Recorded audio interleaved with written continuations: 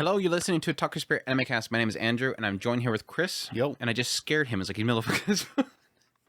welcome to the fall 2024 preview. It's time to run through the fall anime season, give you guys all the titles, what the synopses are, what to look forward to, what's the best shows, what's the worst shows. Now, we're just going to give you the information about the shows, and then you can choose.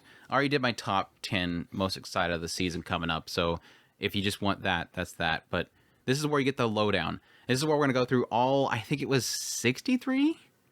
I think we have 62 or 63 total shows for the fall season. So we're at 31 hours now? Yeah. Because we all have time for all that, right? Right. Again, it goes back to the whole thing of like, yeah, you got to keep in mind that it's not for everybody. Like, I don't think, I mean, they would love you to watch every single show, but I think the intention here is to not have to watch every show. We want to watch every show.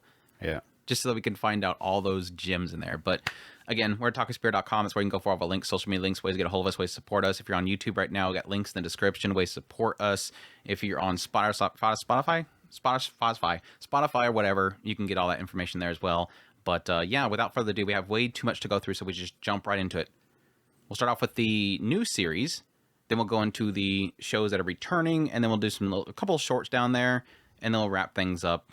And Chris, are you going to put it in your phone, make your top list as you go along, or are you going to wait until the end and we'll just sit here and scroll through it and you'll figure it out afterwards? Probably that. That's how it usually ends up happening. Just going to procrastinate until the very end. We'll have to sit here with dead air while he figures it out. Let's just jump into it. Let's kick things off with probably the most exciting show. At least if you wanted to ask like the general public, like what's the most exciting, most people are at least going to mention Dan Dan Dan. This is a story about Momo, a high school girl who comes from a family of spirit mediums, and her classmate Okarun, an occultic fanatic. Sorry, I was going to put fan, but I guess the same thing. After Momo rescues Okarun from being bullied, they talk. I'm getting distracted by the. There's like red colors and everything just blasting my eyeball on the side, and I can't read. Yeah, they begin talking. However, an argument ensues since Momo believes in ghosts and denies that aliens exist, while reverse, the other side. To prove to each other what they believe in is real, Momo goes to an abandoned hospital where UFO has been spotted, and Okaran goes to a tunnel rumored to be haunted. To their surprise, they encounter that stuff, and then yes, crazy stuff happens. Hidden powers in Okaran. Momo awakens to her hidden powers. Yeah, they got powers, and then their fateful love begins as well? ? I'm not sure what that last line is. A story of occultic battles and adolescence starts. This will be, of course, being done by Science Sorrow. It's based off of manga, action, comedy, drama, romance, sci-fi, supernatural. And the script and series composition is being done by Hiroshi Seko, who did JJK, Vinland Saga, and Mob Psycho 100. It'll be streaming on pretty much every platform. Well, look at these: Crunchyroll, Hulu, and Netflix. So kind of across the board, which is pretty cool. It's one of those rare cases where it's like a rare W where I think no matter where you're at, you're probably going to be able to see it. So cool stuff. Why am I getting Furikuri vibes? I don't know. Okay. Anything with a lot of weird objects and stuff usually scares you like that. It's just my imagination, right? Chris has like this forever PTSD for furikuri stuff. If anything has like crazy colors and proportions of characters and weird poses, he goes, oh, furikuri! Oh no! I don't know. It's weird. Probably the lady standing on the railroad. I think there's like a scene in furikuri with the railroad.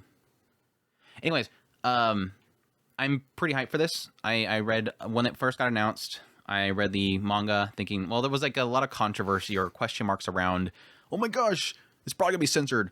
So I went and checked the manga going, okay, what would there be to a censor? And so I checked the first couple chapters or so, pretty much after the first like major happening. I mean, you see the banana guy. It's like after that whole banana thing.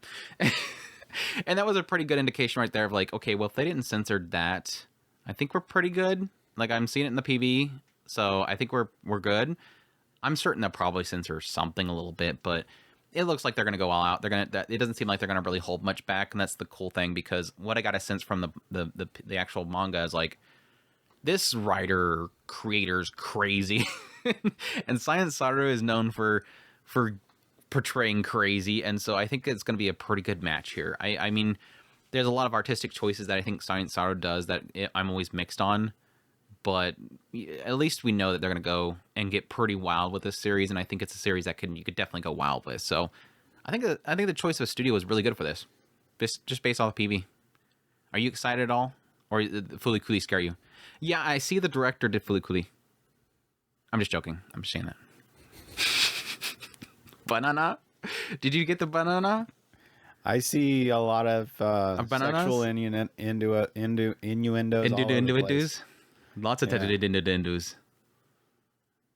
It looks weird. Super weird. I'm not a huge fan of like how much like insane overuses of red it is, but again, I know they're going for an aesthetic there. So again, I'm probably gonna be very mixed on a lot of choices they do, but it is what it is.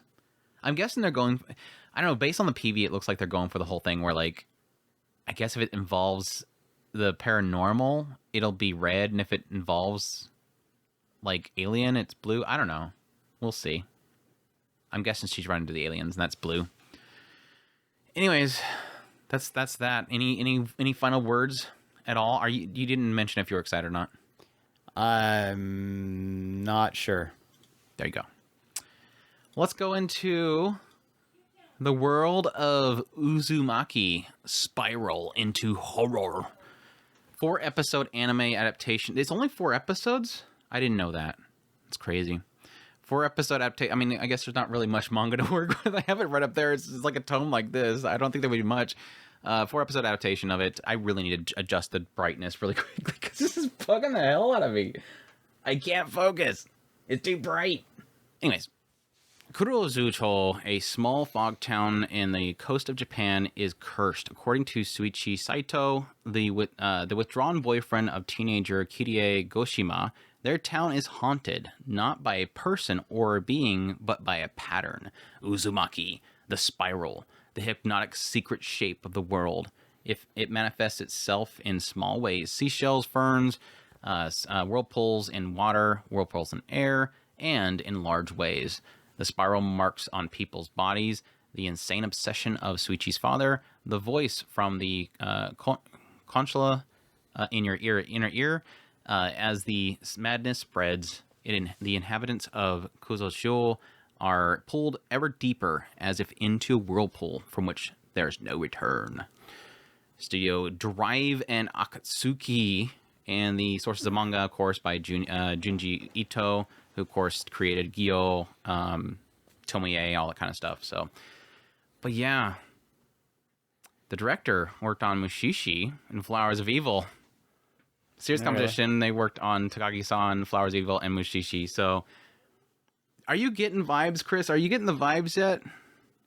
The vibes of what? The visual choices.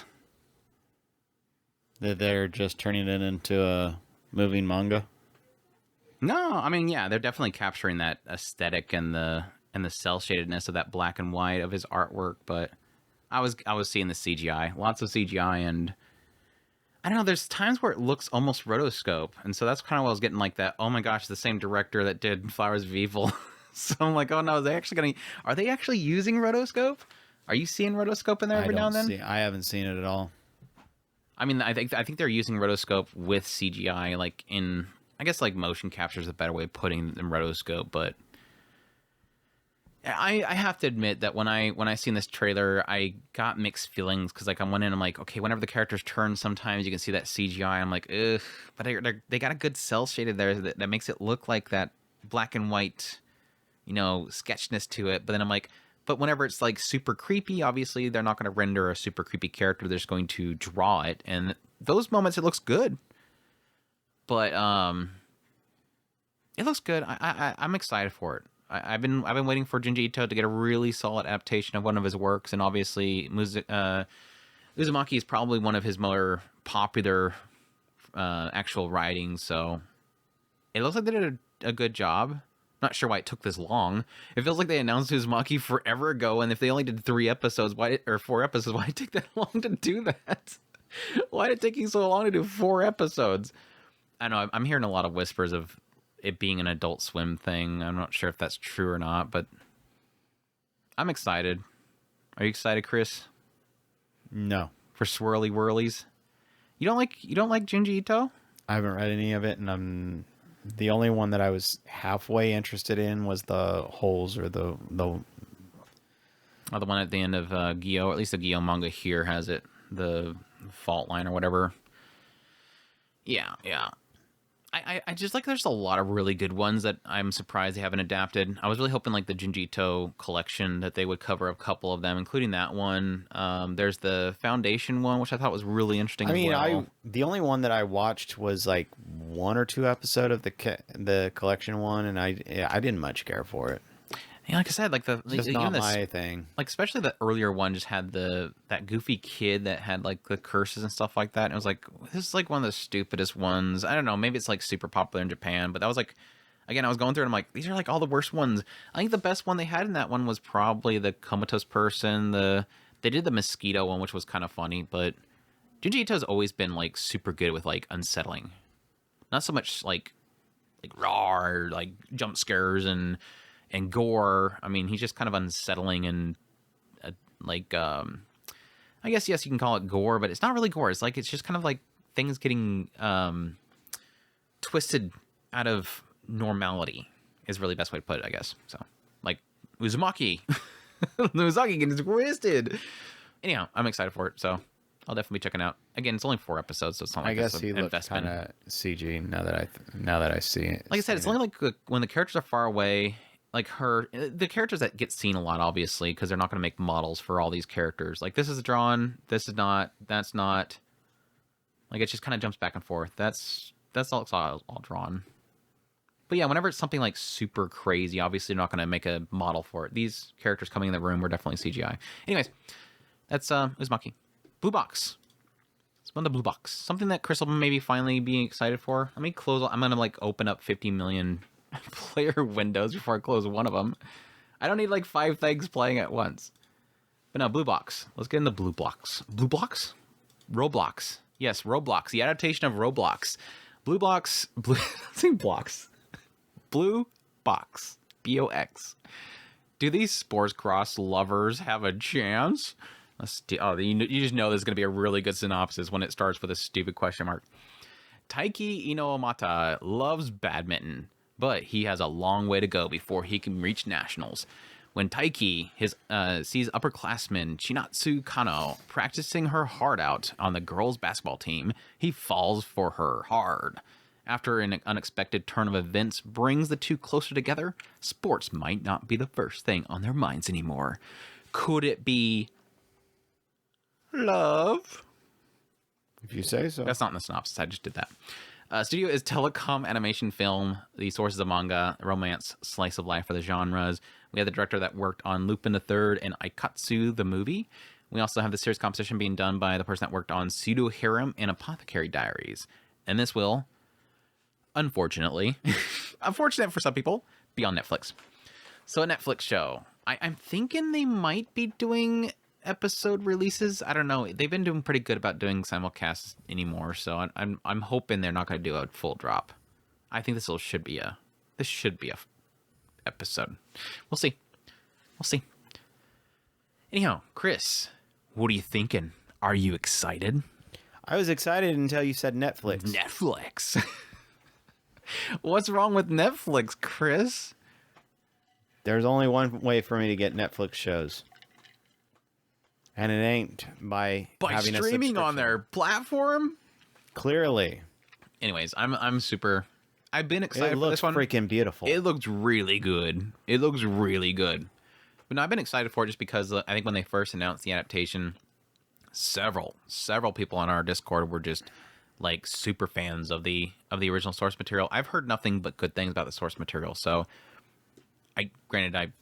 how often do you see somebody say something negative about the source material? They're usually like invested when they speak up about it. So we'll see. We'll see if it's going to be a solid slice of life romance. I'm always open for some really solid slice of life romance.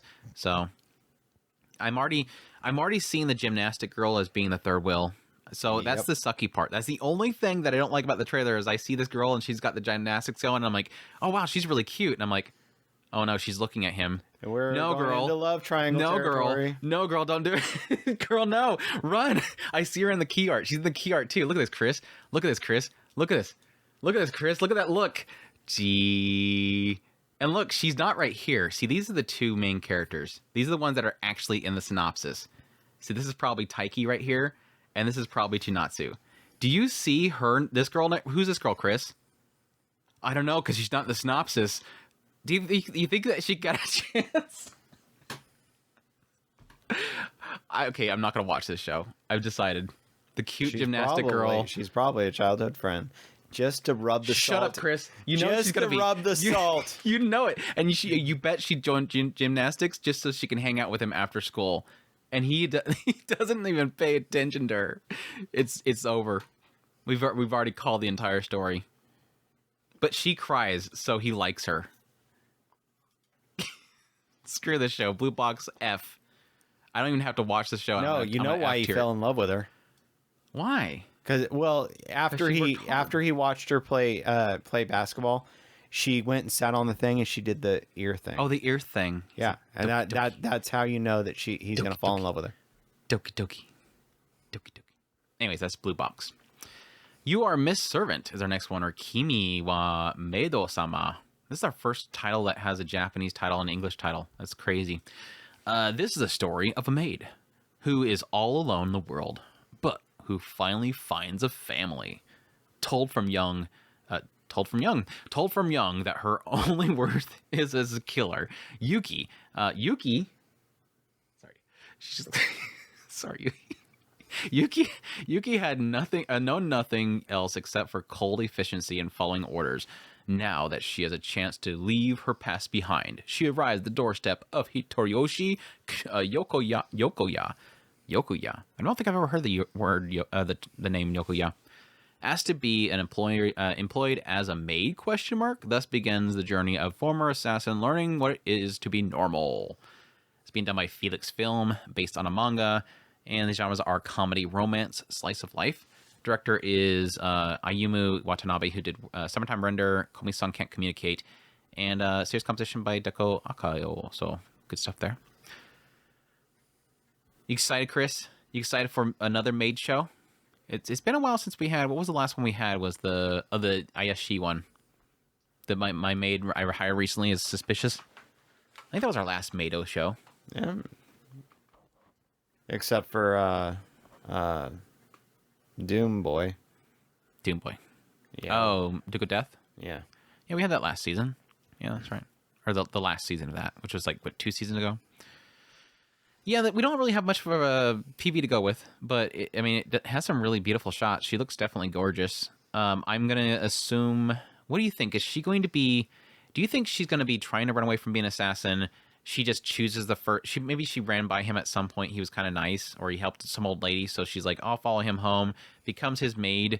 And then later on, like, people start coming after her because she used to be an assassin.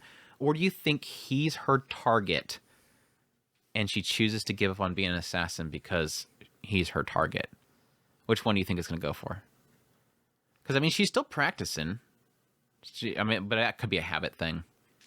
Probably. I'm going to go with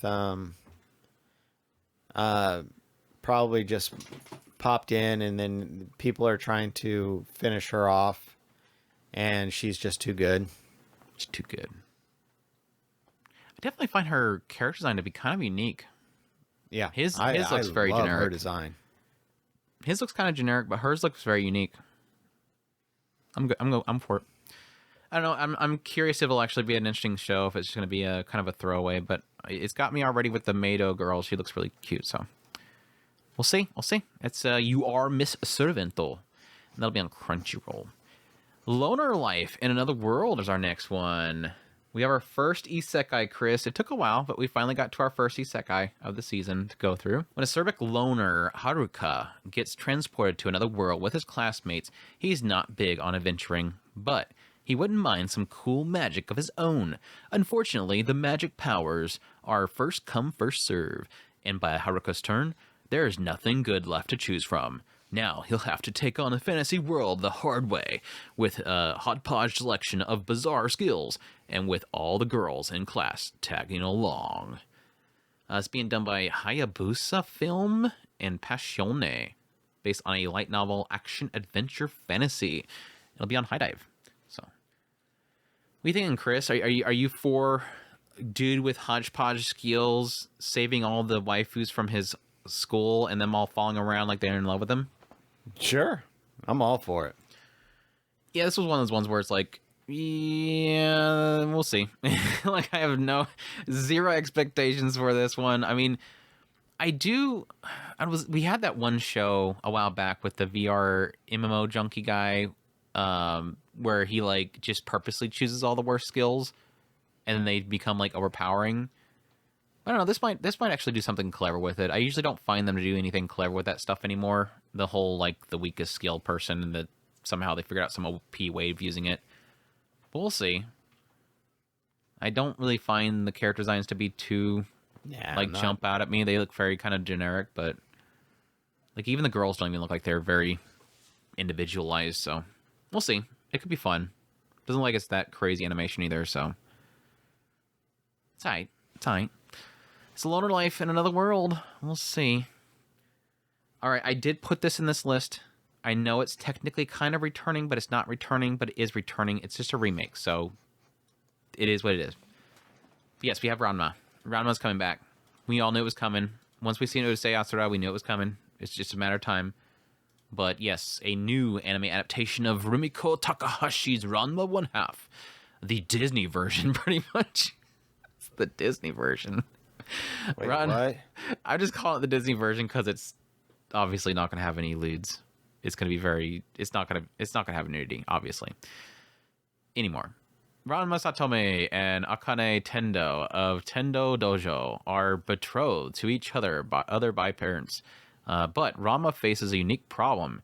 Ever since he fell into a cursed spring of the Jusenko, while training in China, his body has acquired a particular trait of transforming into a girl when doused with cold water and reverting back to a boy with hot water.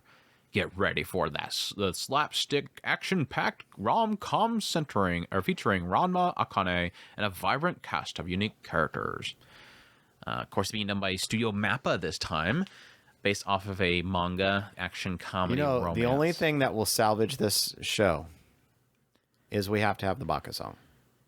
It's on Netflix too, by the way. And that bothers you a lot, so just thought I'd throw that in there. Okay, even worse. Like the two only shows thing that that'll you've been salvage remotely this- interested in are not on Netflix so far. We have to have the Baka song. It's not going to have the... I mean, it could do it in the ED. You know they've got to remake the Baka song?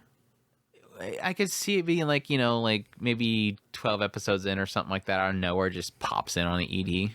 And everybody just freaks out on the internet. It's the song! Oh my gosh!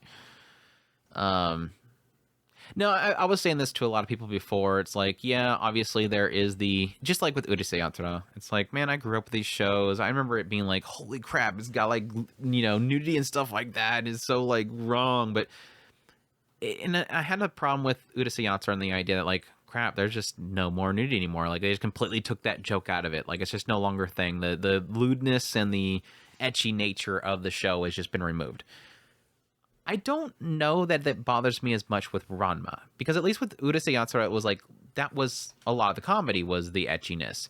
I mean, the main character is literally like a thirsty pervert, so it kind of works with it. Ranma is not really that case. Like there's the walk-in on the baths, there's the walk-in on here's there changing or whatever, and yes, you obviously have whenever Ranma himself, whenever he changes, oftentimes he just doesn't really care when it's most of the time that it's hanging out there. Yeah, losing a lot of that kind of comedy does suck, but Ranma was so much more characters. Like, if I remember correctly, the characters in Ranma were way more well developed and played out than with something like Urusei Yatsura. It does look like, based on the PV alone, it does look like they're still kind of playing off like that borderline nudity, where it's like it's just to the line. Like when he first changes and he rips open his shirt, it's like it's just borderlining before it would show something, and that could be fine enough. Like I don't really have to see the stuff, and I hate that I have to say I'm going to accept something like this, but it's obviously it was their choice. There's obviously different laws in Japan than there used to be back when Ranma first aired. They can't get away with a lot of things that they normally would. They're probably trying to broaden the audience. It is what it is, but I'm still excited for it. in the end, I'm still excited for it, despite that. So, even though it's on Netflix, and even though most of it's been leaked already, in crappy wall quality, and really crappy quality. I don't know how long this is supposed to be going for. I think they were saying 2 cours for now. I mean, they're obviously going to want to do probably the whole thing again, but I'd be curious how much they go for. Are you excited at all? What was your original feelings on Ranma? Oh, I thought it was adorable. Yeah. Did you watch the whole last one? God, it's been so long ago. When was that back there? Well, the main one that I really loved of hers was Inuyasha. I was nuts on Inuyasha. I wonder if that will be one. I don't know if they would I do hope that that one they yet. remake that. Now that one, if you were going to say any of them that didn't need to be cleaned up, it was definitely that one. I don't know if that one. I liked it, but I wasn't like. I really did like it. I don't know what I'm talking about. Inuyasha was definitely a big one. I'm not sure if I liked that one more than Ranma, though. I probably did back in the day. They don't have an episode count yet, so we'll have to see. Anyhow, that's Ranma. Ranma 1/2 2024 edition. Let's move on to a Demon Lord show. Demon Lord 2099. I'm so glad that we got this new trailer last night, because like the first trailer we got was like nothing. This new trailer's got so much more in it. Mao 2099, the cyberpunk metropolis Shinjuku, a massive city-state bedecked with neon signs, towering skyscrapers, and the latest cutting-edge technology. It is here in the year 2099 of the fused era, where the legendary demon lord Veltol has his second coming 5 centuries in the making. But this landscape is nothing like the one he conquered all those years ago, for the fusion of magic and engineering has elevated civilization to dazzling, unprecedented heights. Veltol may have been reduced to a historical footnote, but make no mistake, this brave new world will be his for the taking. There you go. Being done by J.C. Staff, based on a light novel, action, drama, fantasy, sci-fi. Director working on it worked on Interview with Monster Girls and the series competition. They worked on Witch and the Beast and So I'm a Spider So What. So this will be on Crunchyroll, not Netflix. Is this the one that we were making fun of Netflix over and over again? Is this the one that they were talking about that was like the kind of weird prequel to that one show? Prequel to that one show. I didn't hear this being a prequel to anything, so no. I'm not aware of this being a prequel to anything. You know, you remember the one that had the kind of trap character that followed him around all over the place, and he was a demon lord, and he was isekai'd into this other world, but he had all of his powers from the other world, and he had like different characters. Demon Lord Retry, no. Okay, that's actually coming back this season, though. Oh, that's coming this season. Because I know that you were saying that was supposed to be coming back, and I was wondering if that was this one. No. Yeah, when I seen the first trailer they did for this one, I was thinking, okay, like, dude, and like, it was like, yeah, there was just this shot where he's standing in front of like all the neon lights and everything like that. And I'm like, okay, so is it like him just coming out there and having to take down the society and reclaim it? And then I seen this new trailer, and suddenly they're like goofing around. He's podcasting, I think. He's trying to get a job, and I'm like, oh, so it's Devil's a Part-Timer Cyberpunk edition. Mm-hmm. It pretty much looks like Cyberpunk Demon Lord Devil's a Part-Timer, so we'll see. The Takahashi girl looks cute. I don't know. I'm extremely mixed on it, honestly. We'll just have to see, because like with Devil's is Part-Timer, that one worked really well like early on, and then it got tiresome after a while. So hopefully this one kind of keeps up the steam and doesn't like dwindle away after some point, after getting the jokes out of basically fish out of water. It gets the fish out of water jokes out there, where he's going to, the government office to get a job or whatever, and then now he's in a rundown apartment. Haha, funny. What next? Got the super track suit on, all that kind of crap. So we'll see. That's Demon Lord 2099. Excited? We'll see. Let's see. That's gonna be Chris's response to everything, man. He just doesn't want to give me something. He's keeping all of his cards close to himself, so that when it comes time to him to choose his 10, he's gonna be like, "Yeah, you didn't think it, but here." All right, let's move on to Yakuza Fiance or Rase wa Tannen ga Li. Or it could be E. I think it's E. No, it could be Lee. Anyways, Some Rinji is Some Yoshino's grandfather and leader of the Some group, the Kansai region's biggest Yakuza group. When he arranges for her to be married to Miyama Kirishima, Yoshino has to move to Miyama clan estate, the Kanto region's biggest Yakuza group. So basically, she got married off from one Yakuza group to another. Kirishima warmly welcomes Yoshino and is such a pleasant, personable, and nice young man that nobody would suspect that he comes from the Yakuza family. This puts Yoshino at ease, even though she is initially feeling insecure in the unfamiliar place. But then, certain events lead to Yoshino witnessing the real Kirishima. Oh no! Studio is Dean. That's if you couldn't guess by the visuals, Chris, Studio Dean, based on a manga, comedy, drama, romance. This one is being directed by Toshifumi Kawase, who worked on Higurashi and Tango Tenge. It'll be on Crunchyroll. Are you excited, Chris? I hate how it looks, but it kind of has a charming feel to it. So I'm super mixed. When I seen the PV, I was super mixed. Like it looks like it could be so much fun, but I cannot stand the visual style. I have to admit I'm super mixed on it. It's the eyes. I don't know. It's not the eyes for me. It's hair sometimes too. I love the hair. It's got like a comic book style to the hair. It's a very strong comic booky feel, and it's weird motion going on. But I'm oddly, like you said, I'm oddly charmed by it. I don't know.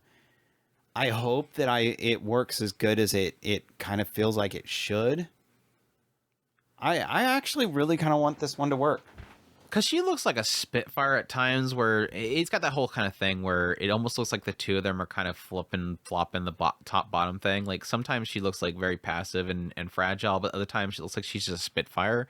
And I think that could work really well with her, or with him, like, if they're just, like, constantly at odds, or maybe possibly he fears for her, but she's like, I can handle myself, that kind of situation. So, again, it has a charm to the PV, but at the same time, I'm like, I don't like the style. It's very inconsistent style, too. We'll see, though. That is Yakuza Fiance. Let's get into some harems, Chris.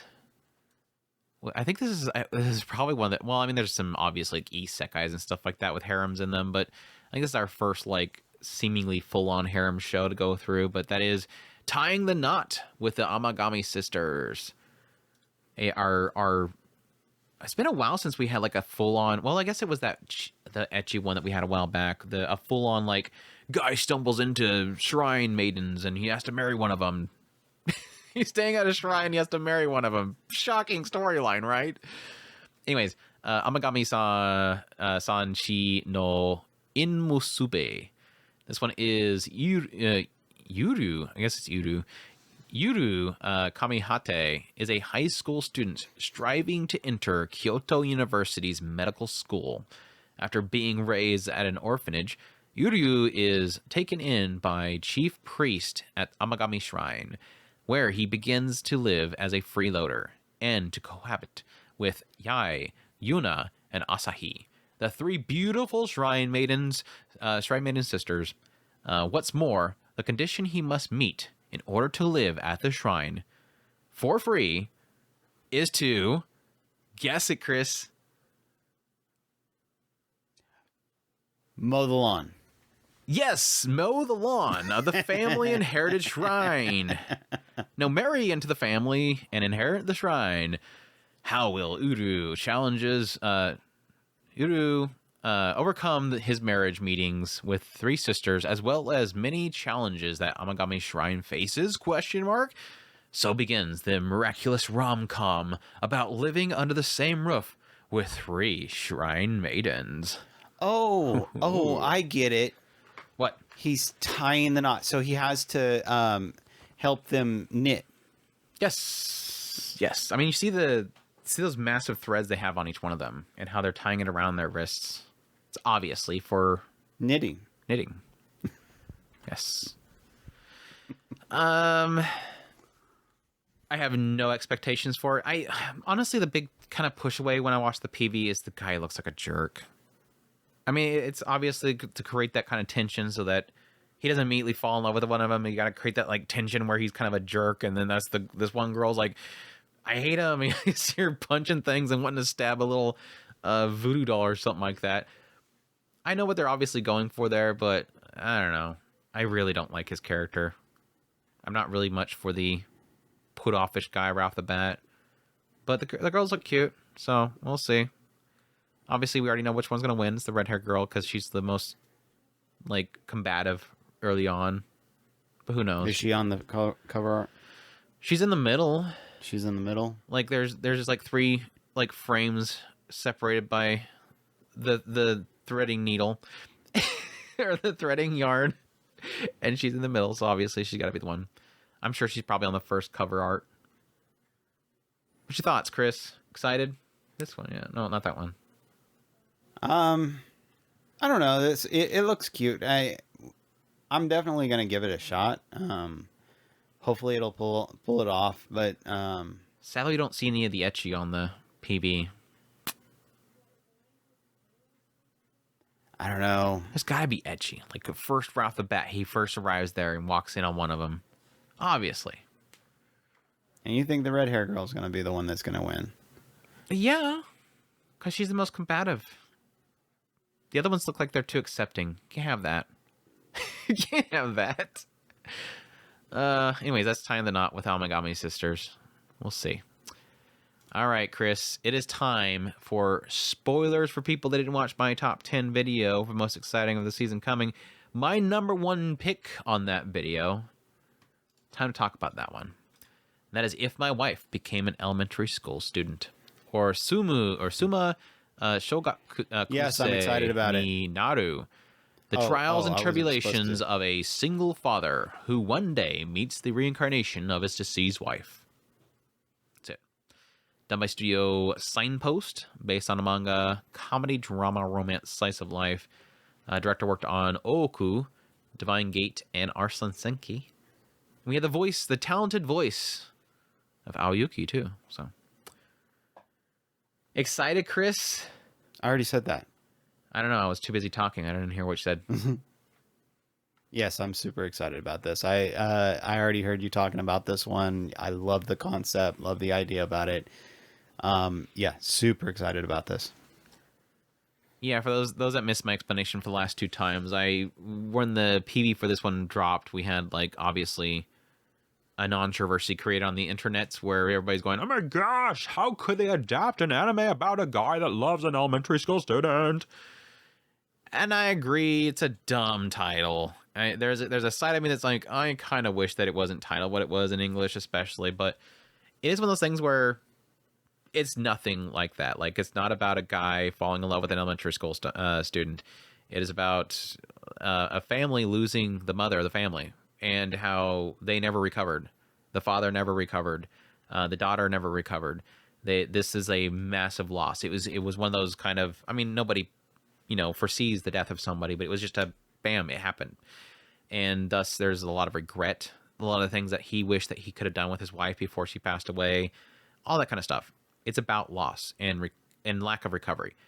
Then he suddenly shows up. Hey, I am your wife. I'm back. What had basically happened, to get not into too deep in spoilers here, but it's about a girl who was born in the world and grew up in the world, and then suddenly one day when she was walking by the apartment, she remembered everything.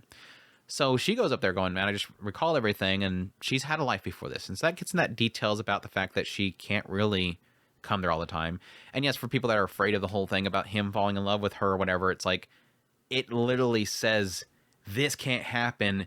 It's extremely dangerous. We can't be near each other. It's very on the nose. It knows what it's dealing with. And it respects it a lot. I loved the manga. I didn't read the whole manga. I probably read maybe 3 episodes or 4 episodes worth. And I was getting to this point where I'm like, holy crap, this is destroying me. Like, super emotional. And I'm like, I cannot wait to see this get adapted. Like, it's super good. The manga is super good. And so if you are afraid of that whole thing of old guy falling in love with, don't worry. Watch it.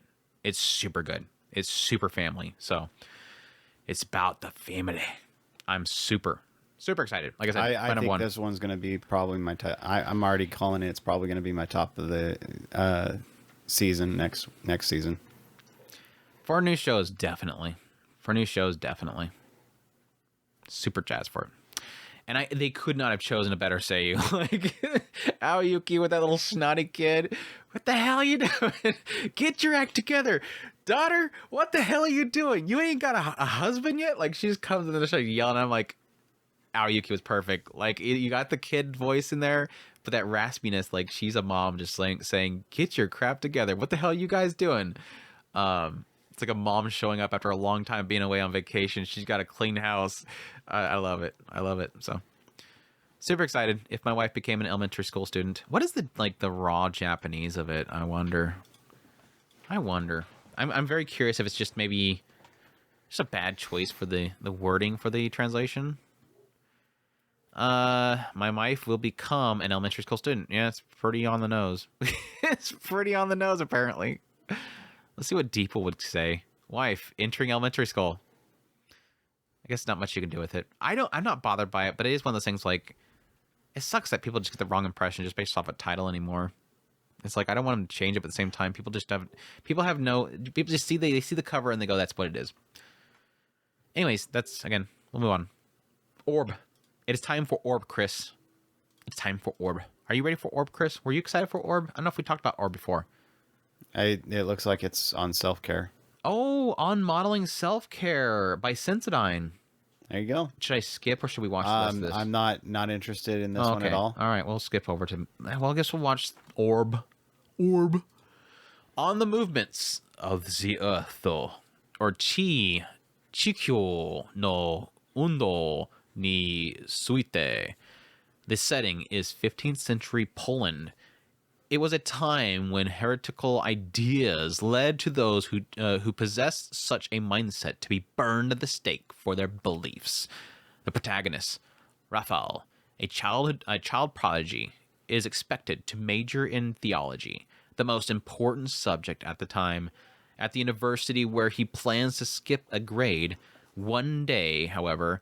I totally read that wrong. At a university where he plans to skip a grade. One day, however, he comes across a mysterious man and is now studying a possible truth in the midst of heretical thought. Studio is Madhouse. The source is a manga. The genres are drama. It's on Netflix. Damn, Netflix cooking. Netflix cooking fall, really. Like all these really cool shows, Netflix. Again, hopefully they're all going to be available immediately, but what do you think on Chris? This is another one that's up in my list. I want it to be good. Like visually it looks super good. Madhouse. I mean, I wouldn't call it like Vinland Saga, but it gives me a vibe of Vinland Saga. Like Vinland Saga is super polished, but this kind of has that vibe, that style. It looks very, very good. Yeah, my fear, and I've heard some good things here and there about the manga, but my fear is like, this is one of those things, like, it's a topic and a subject where it's like, yeah, I guess the drama around him discovering something and wanting to uncover this truth or figure out how he can prove it in the midst of the fact that saying that you've discovered something could end up killing you. Like, you could end up dead. But there is the idea of somebody discovering something and being a creative mind and wanting to discover the truth. It's almost impossible to stop yourself because you're running down that rabbit hole and you want to know the truth of it, and you're going to keep seeking it out despite the fact that, again, just saying that there's possibly a different aspect of this world, you're going to get killed. I think when based on I think I'm getting from the Japanese, they're kind of talking about the concept of Earth itself moving, not necessarily the stars and everybody revolves around us, that kind of concept. But I'm not sure if they're going to get into more details of other things, how heavy it's going to be on the concept of him being attacked for his thought processes there. I don't know. It could be really good or it could be extremely boring. I'm hoping that Madhouse working on it, hopefully can keep it really well paced and everything. Music and everything's really phenomenal as well. Is it the heliocentric model? I don't know off the top of my head. It looks good though. Visually it looks really good. It does. I'm not sure about mostly because it looks like they're gonna have some torture scenes, and I don't know. I don't know if I'm gonna go for that. We'll see. They got some dude getting his jaw ripped open at the very beginning because obviously he probably thought about something heretical. Yep. Heretic, witch, burn him, burn him, witch, burn a witch. Anyways, I'm pretty jazzed for it, but I'm gonna have a little bit of caution. I'll put a little caution on there, so we'll see. Again, that's Orb on the Movements of the Us. Let's move on to 365 days to the wedding. This has been a while since this was announced. But first, a word from our sponsor, Sour Patch Kids. I love getting ads before ads. This is an ad for an ad. The PV's an ad. Why is there an ad on the ad?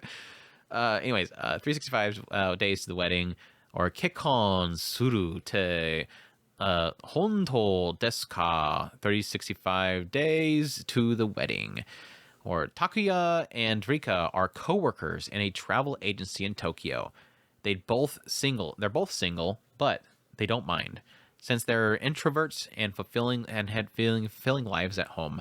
Unfortunately, now their job is looking to staff an office in Siberia, and non-married employees are first to be considered. Rika is desperate to avoid the transfer and goes to Takuya with an idea. If they pretend to be married in a year, they can stay in Tokyo. The only problem is the two of them barely know each other. If these two quiet co-workers fake a relationship, will it turn into something real? It's being done by Ashi Productions, I think. The source is a manga. Romance is the genres. And the director that worked on this one has worked on Dark Gathering, Tonikawa, and Magical Circle Guru Guru. And the creator of the original source material, wait for it, Chris. What's that? Tamaki Wakaki, who created World God Only Knows. That's a favorite of yours, Really? isn't it? So, and they also worked on 16-Bit Sensation. So, I thought that would be an interesting thing for Chris. I think he was a super fan of that series. He got me to buy all the Blu-rays and watch that entire freaking show. So I figured he'd be happy about that. I mean, it felt like I recognized the artwork style, so that'd be cool. I hate his design. I mean, he's an introvert. He's a little shaggy look. I don't really recognize any like World God Only Knows type of character. I mean, there is a little bit of aesthetic to the eyes and whatnot, but anyways, what's your thoughts, Chris? I could do this. I could definitely. I think that this could work. Not necessarily. I just love the idea of kind of something that's shoving these two together, and then just slowly finding out that they actually kind of like each other, especially when it comes to introvert type people. I love the idea of something kind of forcing that those discovery. Two, yeah, the discovery that there's more to the other person than meets the eye. So I love it. About all I think that I'm drawn to this is the idea of two introverts having to kind of get out of their comfort zone and learn more about each other, and maybe learning more about each other kind of draws them to get out more and discover things they never thought they would enjoy. That's it. Like everything around the workplace and everything like that, I just don't think I'm vibing at all with what I'm seeing visually or character-wise. So I don't know. This is like one of those This is one of those shows where I think I'm going to enjoy probably the first couple episodes, and I feel like it's going to just fall off. But I could be wrong. I really do hope that like it has legs, but I just feel like this is going to be one of those ones that just it doesn't have legs. It's going to be like super boring after the initial setup. But we'll see. I mean, it could be really good. I hope so. I really do. That's 365 Days to the Wedding. Let's go on to a Villainous show. We have a Villainous show. Got to get a Villainous show out here. Been a minute. Have to have Villainous shows every season. It's required. But first, a word from Oreo gluten-free. I'm going to get that joke every time we get one. Feels like every time we have a commercial, too. I'll become a villainess who goes down in history. Or Rekishi ni nokoru akujo ni naruzo. Me, the same girl who hates all those prim and proper heroines, got reincarnated as a villain in a world of my favorite fantasy dating sim. Is my dream come true? So I'm going to leave my mark on history by becoming the world's greatest villain. Ka. But to do that, I'll need to get a lot stronger and smarter. Just one problem. The harder I try to be evil, the harder the prince falls for me. At this rate, will I ever earn my place in history? Based, it's done by Maho Films. Gross. Sources of light novel. Comedy, fantasy, romance. The director worked on Level 1 Unique Skill, Grace the Gods, and Liddell, that guy that butchers everything at Maho Films. He's going to be working on it too, so... yeah, it's going to be on Crunchyroll. GG, Chris. What's up? Win. I can't wait. How long has it been since we had our last villain? I thought you said that you were saying it like it's been in every season. I don't remember one last season. Might not have been one this summer season, but it was before then, yeah. But yeah, I love it. I can't wait. I want to see what kind of new things that this one's going to bring out. Yeah, when I was making my top 10 list, I had a couple people that I was talking to going, okay, man, I'm thinking this for my top 10 most excited. What are you thinking? And one of them said, what about the Villainous show? And I'm like, which one? This one, the one that's going to try hard to be the go down in history or whatever. I'm like, big problem with that one. What's that? Maho Films. What are you talking about? Yeah, Maho Films destroys everything, dude. Everything Maho Films touches, they just destroy. And this director is Garbo. The PV doesn't look too bad, but so does every show that Maho Films does. The PV's got like probably the only shots they ever put any effort into, and the rest of it just looks like Garbo. But I mean, I don't know. The concept itself seems fine. Like I'm interested in it just based on the concept itself, but I'm not gonna get any hopes whatsoever up that it's gonna be a decent adaptation, just because again, Grace of the Gods, especially the second season, just like ugh. And yeah, everything else they pretty much does. So we'll see though. I don't want to have my hopes up. I am kind of a little tired of the whole like she tries to be super evil, but then the guy just likes her more kind of thing. But it's fine. It could turn out to be good. We'll see. I'll become a villainess who goes down in history. Good luck, Maho Films. Let's go on to Nina. Nina, the Starry Bride, is our next one. I got adopted by a guy to replace his dead sister, and then he fell in love with me. Question mark. Hoshi Furu Okoku no Nina, or Nina, the Starry Bride. Nina, a girl living as an orphan in the Fortuna Castle town, happens to have eyes at the same deep blue hue as lapis lazuli, just like the god of the stars. They're also the same color of the eyes of the recently deceased Princess Alicia. For that reason, when the second prince of Fortuna, Azur, discovers Nina, he ordains that she will live as the princess in Alicia's place. As a substitute princess and priestess of the stars, Nina is obligated to become the false bride of Set, the first prince of the large neighboring nation of Galgada, after the third month has passed. Despite being at the mercy of fate, Nina is just happy to feel needed by someone. What is it that her open, honest eyes see? The destinies of all the players on the stage begin to move when they make up their minds to protect the ones they love. Just got kind of muddy towards the end there. Okay. Meow. I don't think that's supposed to be cat ears. It looked like cat ears, though. I freaking hate the male designs of the show so much. God. It's like I look over there and it's like, oh god, I forgot this show. No, when they showed the first guy, which I'm guessing is supposed to be her brother, the prince, the first time they showed him, I'm like, oh god, he looks like the guy from what was that show called here recently? The one where the girl is she loses her parents and she's taken in by the Yakuza, and she has that one bodyguard that falls in love with her, which is like basically his dad or whatever. It looked like that dude. And then I looked at and then I went back and I checked the show itself, and I was like, oh, it's literally him. Like, it literally is him. Like, I wonder if it's, I don't know if I checked see if it was the same studio. I think it was. But no, anyways, I'm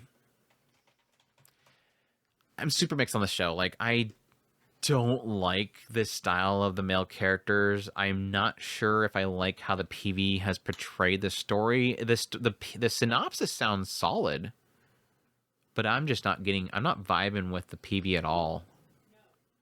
It just doesn't. He's gonna pick her up from the slums, turn her into a princess, fall in love with her, hand her off to the other guy. Yep. The guy is gonna get mad because he's teasing her. Why do you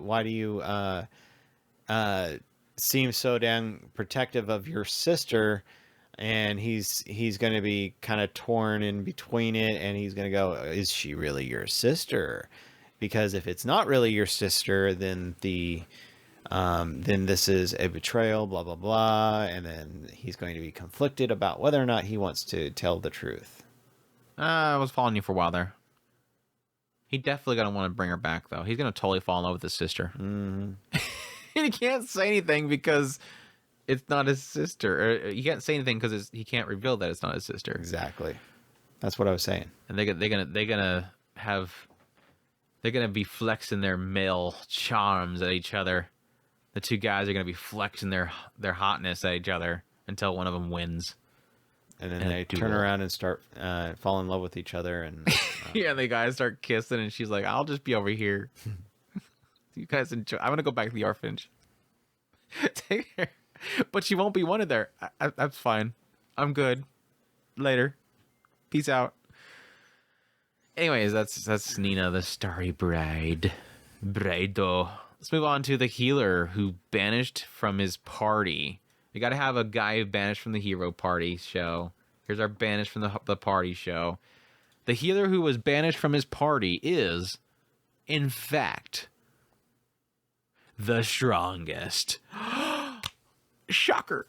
Party kara suihou sareta sono chiushi jutsu wa saikyo ni suki. The story follows Roust, a healer who can only use one basic spell and is expelled from the first class party for being too weak. While the leader of that party realizes how great his abilities actually are after hiring another healer. That sounds familiar. Roust finds new friends like Narsina, who supports him and his rise to the top. Studio is LA, based on a light novel, action adventure fantasy. That's it.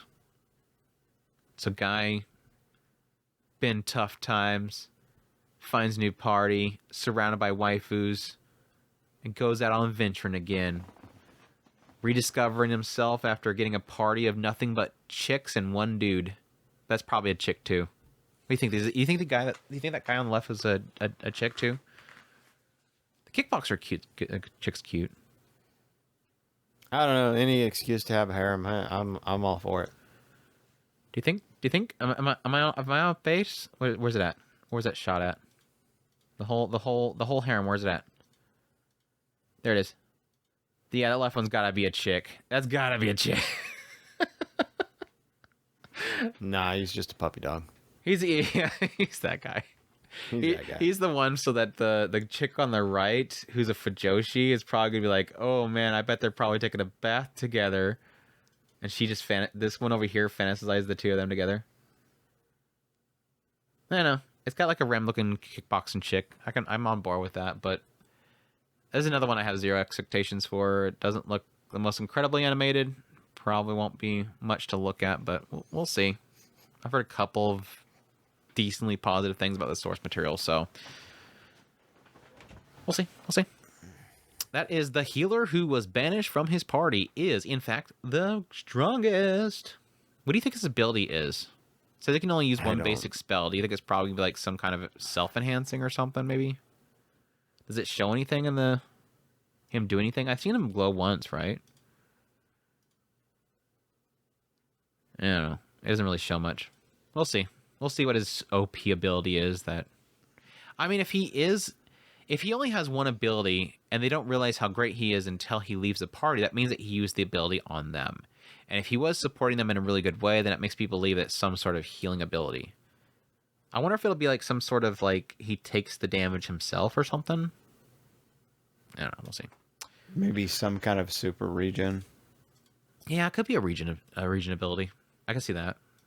It's got to be something that keeps him alive. Yeah, it's just like the strongest tank. I mean, after it took a while for them to explain how all of his powers were making him super OP. I mean, it'll probably be something like that where it's something kind of that seems like he's not actually doing anything, but in all actuality, he was really doing something very amazing. Yeah, like Beast Tamer, it was like he could literally have like 5 or 6 different animals and then a whole bunch of bees that he was controlling, and they're like, everybody could do that. Just a weak tamer, and everybody's always like, dude, I can only have one pet. What are you talking about? Anyway, let's move on to Goodbye, Dragon Life. Or Sayonara Ryusei, Konnichiwa Jinsei. Long ago, the most ancient of divine dragons was slain by a human. The mighty dragon accepted its death when suddenly it was reborn as Dolan, a man who lives in a quiet village. While spending another peaceful day toiling in the fields, he meets Selena, a half-human, half-snake creature looking for a partner. The unlikely duo become friends, but challenges lie ahead that threaten their new world. Synergy SP and Vega Entertainment's working on it. Source of the light novel. Genres are action, adventure, and fantasy. This will be on Crunchyroll. The new slow life genre, once again, popping up. I have no care whatsoever for this show. I'm going to be perfectly... This is all you, Chris. I have nothing. I got nothing. You don't think that... Oh, yeah, you hate slow life, huh? I don't hate slow life. It's just slow life doesn't ever do anything for me. I check every single one of them out, and they're always kind of like, oh, look at cute girl, and he's toiling the field, and he's hanging out with another person who thinks they're incredible, and they don't want to get involved. I love it. Any excuse to give me a slow life, I'm all for. Kind of like the idea of the hopefully the dragon life thing or the dragon thing will kind of turn into something interesting. Yeah, I mean, it's not like you can expect a lot from it. So I mean, the by concept, it's a slow life. So hopefully it'll be at least enjoyable and kind of yashike. That's what I want.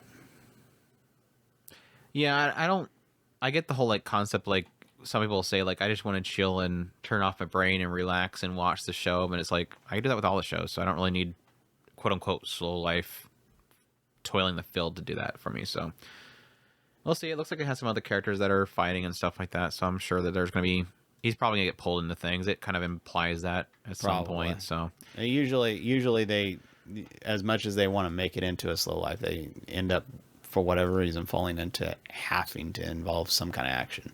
Yep. Goodbye, Dragon do Laifu. Let's move on to the Edge Boy show. We gotta have an Edge Boy show. We had Fatal Frame or whatever this summer season. Now we got the most notorious talker runs the world's greatest clan. Our Saikyo no Shinshoku Wajutsushi Diru Ore wa you're not gonna give people a flat like a. Are you taking your sock off in front of the camera, Chris? Well, hey, You're gonna get people all hot and bothered. They wouldn't have seen it if you hadn't have told them about it. That's you're on the camera. What else are they gonna be looking at right now? It's not like they have a trailer they're looking at. I can't show trailers on YouTube. Now everybody's gonna put the puke emojis down there. My pukes. Diru ore wa Sekai Saikyo clan wo Shita Gairu. This one is Noel. Has grown up idolizing his grandfather, a legendary adventurer of the class known as Seekers. When it comes time for Noel to set out on his own, much to his dismay, he turns out to be a talker, a supporting class with meager abilities, but Noel's got ambitions in spades and smarts to match, so he's determined to do whatever it takes to make the world know his name. Being done by Felix Films and GA Crew. Source is a light novel, action, adventure, comedy, fantasy, psychological. Yeah. Not impressed by the artwork, so hopefully the... But he looks so edgy, Edge Boy, Chris. Look at this Edge Boy. Look at that Edge Boy. He's got the sharp eyes and he's got the mouth. He's edgy. I know, I about the only thing that has my interest somewhat of this is the concept of the Seekers and Talkers. I've always liked the concept of actual buffer characters, but unfortunately too many of the shows that have a buffer style character, it ends up just turning into them buffing themselves in an OP way, and thus they don't need anybody else, and that's kind of what it seems like this is going for. He just buffs himself and then one-shots everything. So I don't know, it kind of took the one concept about it that could be interesting, kind of throws it out the window, just because it's so dead set on him making a name for himself. I don't really care about the Edge Boy stuff. I just don't care. So it's got to do something else besides be edgy and just him be OP. So hopefully he does something with that, but I doubt it. I don't know. I like I said, I don't like the artwork, but I like the concept, and hopefully that'll work for me. So edgy. His art style is edgy, Chris. Anyways, that's the most notorious talker. Runs the world's greatest clan. It says greatest clan, so hopefully it actually does something and decides himself alone. We'll see though. All right, we got Arslan Senki Samurai version, as I call it. We have the Blue Wolves of Mibu. Ow no Miburu. It's 1863, the twilight of the shogunate, and Japan is on the cusp of monumental change. The streets of the nation's capitals are soaked in blood as political upheaval and rising tensions between masterless, wandering ronin and governmental samurai set the stage for the most turbulent times in Japan's history. Young orphan Neo is no stranger to the harsh realities of the world, and yet he can't help but cling to his burning passion for justice and desire to change the world for the better. One day he crosses paths with two men who will become central figures in the coming revolution. They become the two founding members of the group of hated ronins known as Miburo, who would later become known as Shinsengumi. Inspired by the efforts of the so-called Blue Wolves of Mibu, Neo decides to join the ranks and help carve a path to the world he wishes to see. Oh my gosh, it's a long time. But with new betrayals and reversals every day, will Neo be able to stay true to his consciences? Being done by Maho Films. Barf. 2 shows for Maho this season. Based on a manga, genres are drama. And director worked on Elise, Taming the Final Boss, and Million Lives. And the creator for this one created Days and Overdrive. So I don't know. I'm just in this, just, I don't know about this show. Like, when I initially seen it, I was like, okay, it's got a really good key art. I was looking at the PV, I'm like, okay, I'm kind of okay on this one, but I don't have any promise from the creator themselves. I didn't really get attached to Days at all. Like, I wasn't really drawn to that story at all. And again, Maho Films again. The PV is mostly stills. I don't know. You have crying main character in guy's arms. I don't know. Like, I hope it has a decent story there, but again, another one that I'm like, I kind of thought that I was going to be excited for this, and I'm just not. We'll see, though. No. Just no. Thank you, Chris. Moving on from the Blue Wolves of Mibu. Let's move on to Magilumiere Magic Girls Inc. Magical Girls Inc. But first, another trailer. Before the trailer. This one is Kabushiki Gaisha Magilumiere.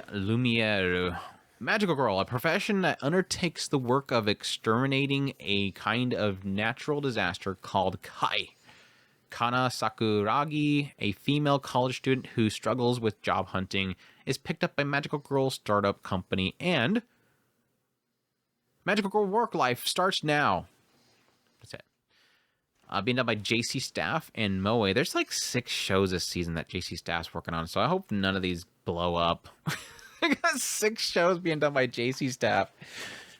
I hope they don't blow up. I mean, like, one show looks like absolute garbage, so I'm guessing that some of them they can take it easy on, but source is a manga, genres action, comedy, fantasy, mahou shoujo. What you thinking, Chris? Are you up for a dead end job? So bad. Dead end job being a magical girl? I want this to work so bad. I really do. It looks great. I think initially I thought it was gonna be like she was gonna be like a magical girl, like, I don't know, like secretary or something like that. She's got to chase around the magical girl and take down notes or whatever, and then suddenly she jumps onto one of the brooms and starts fighting. And I'm like, okay, never mind. She's trained to become a magical girl. It's definitely, this season is definitely a season of magical girls. By the way, we got this one. We got the Acro Trip. We got, there's like 4 or 5 magical girls this season. I mean, if you count just straight up Mahou Shoujo, not like magical girl, like transformation fighting. If you just count like magical girl as a concept of magical girls, like witches and stuff like that, it's like 6. So yeah, this one was one that I was like, I was struggling if I wanted to put in my top 10 most excited. I end up dropping off of there at some point because I'm like, I feel kind of uncertain about it. Like, the concept itself, and I think that first episode is going to be really solid, but like my question mark is like beyond that initial impression. What exactly they're going to do? Is it going to be like mostly about, yeah, how dorky the actual office is, the workers themselves, dealing with, I don't know, the aftermath of a fight or something like that, and suddenly we're docking our pays because we destroyed an entire market district. They show that one shot where the market district's all messed up, whatever. It could get in that stuff, but I don't. I'm pretty warm on this one. I think I'm pretty warm on it. So, Magilumiere Magical Girls Inc. Do-Over Damsel conquers the dragon emperor. Yari Naoshi Rejo wa Rute Hika wo Kuryaku Shu. My gosh, the words in that one. Jill breaks out of prison the night before she's set to be executed by her fiancé, Crown Prince Gerald. She's struck by an arrow, probably in the knee, while escaping. But instead of dying, she's transported 6 years in the past to the night where she and Gerald met. So going with like what's that one called? Tier Moon Empire kind of thing? Yeah. Desperate to alter fate, she instead proposes to the first man she sees, Hades Teos Rave, her enemy in the future. Apparently not. Your enemy in the future is your fiance. Anyways, this is her last chance to get it right. Being done by Studio JC Staff. Source is a light novel, fantasy, romance. The director that working on this did Rose King and Angels of Death, And the original creator of this is the creator that created Taming the Final Boss. So that was a decent one. I think that second story kind of sucked, but I really like the first story in that one. So there you go. Gonna be on Crunchyroll. So what are you thinking, Chris? I so far these kinds of shows have kind of worked out for me. So another one, giving it a shot, I have no problems with it. I mean, their previous work, Taming the Final Boss, was literally about the girl who, knowing that she's the villainess, she went to the last boss, the bad guy, and tried to get with him. So we're seeing a pattern, at least with the writer. We're seeing at least a pattern with the writer. I don't know if they could do that again. It was fun, but that one was like a super pure comedy. This one doesn't seem like it's going for comedy. It's going for romance fantasy. So I don't know. The main character looks cute. I have hope for it because, like I said, technically that first arc in Taming the Final Boss was really good. And there's a side of me that almost believed like the later arcs was just mainly because they were trying to burn through the adaptation of it, trying to adapt the rest of it. So hopefully this one has proper time given to it. It can work out. Again, if JC staff can manage to adapt all 6 shows they're doing and doesn't butcher one of them in the process, it could work out. So I'm pretty warm on this one as well. So the Do-Over Damsel. The Do-Over Damsel. All right, one that barely scraped by and managed to end up in my top 10 list of most exciting of the season to come is Let This Grieving Soul Retire. Nageki no Bore ha Intai Shitai. This one it's the golden age of treasure hunters, adventurers hungry for wealth, fame, power, and glory, who risk their lives in treasure vaults throughout the world. Let's become treasure ventures, hunters, whatever it's called.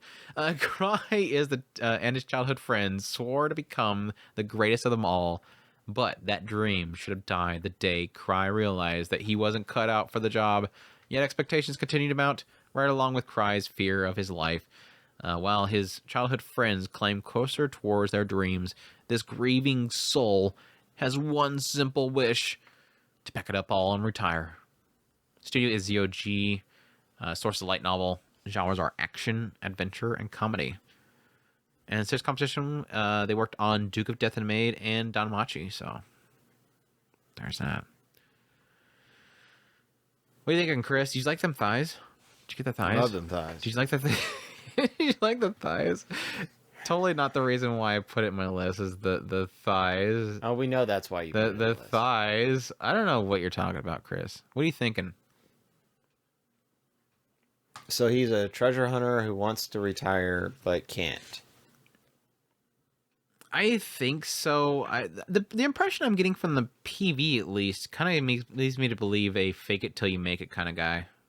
He looks like a fake it till you make it dude. Like, I'm just gonna do this. Yeah, maybe I can pull this off. Everybody thinks he's the greatest ever. Like, they're all calling him like master and stuff like that, and he just kind of just trying to fake it. I don't know. He could be like, I'm guessing he's gonna be super clever, which that kind of gets me into my whole like conflict that I have with this show. Is like, it's all gonna depend on him. I think in the end, like if they can really pull off that demeanor, because typically a lot of shows like this where it's a fake it to make it kind of person, they're just kind of, they're barely scraping by with fooling everybody. They're always like hit and miss. Like sometimes it just works, and then sometimes it's just like I have no care whatsoever for the main character. So hopefully they can pull it off. They obviously think he's amazing. Look at that. He's got like that great... and he's like, no, never mind.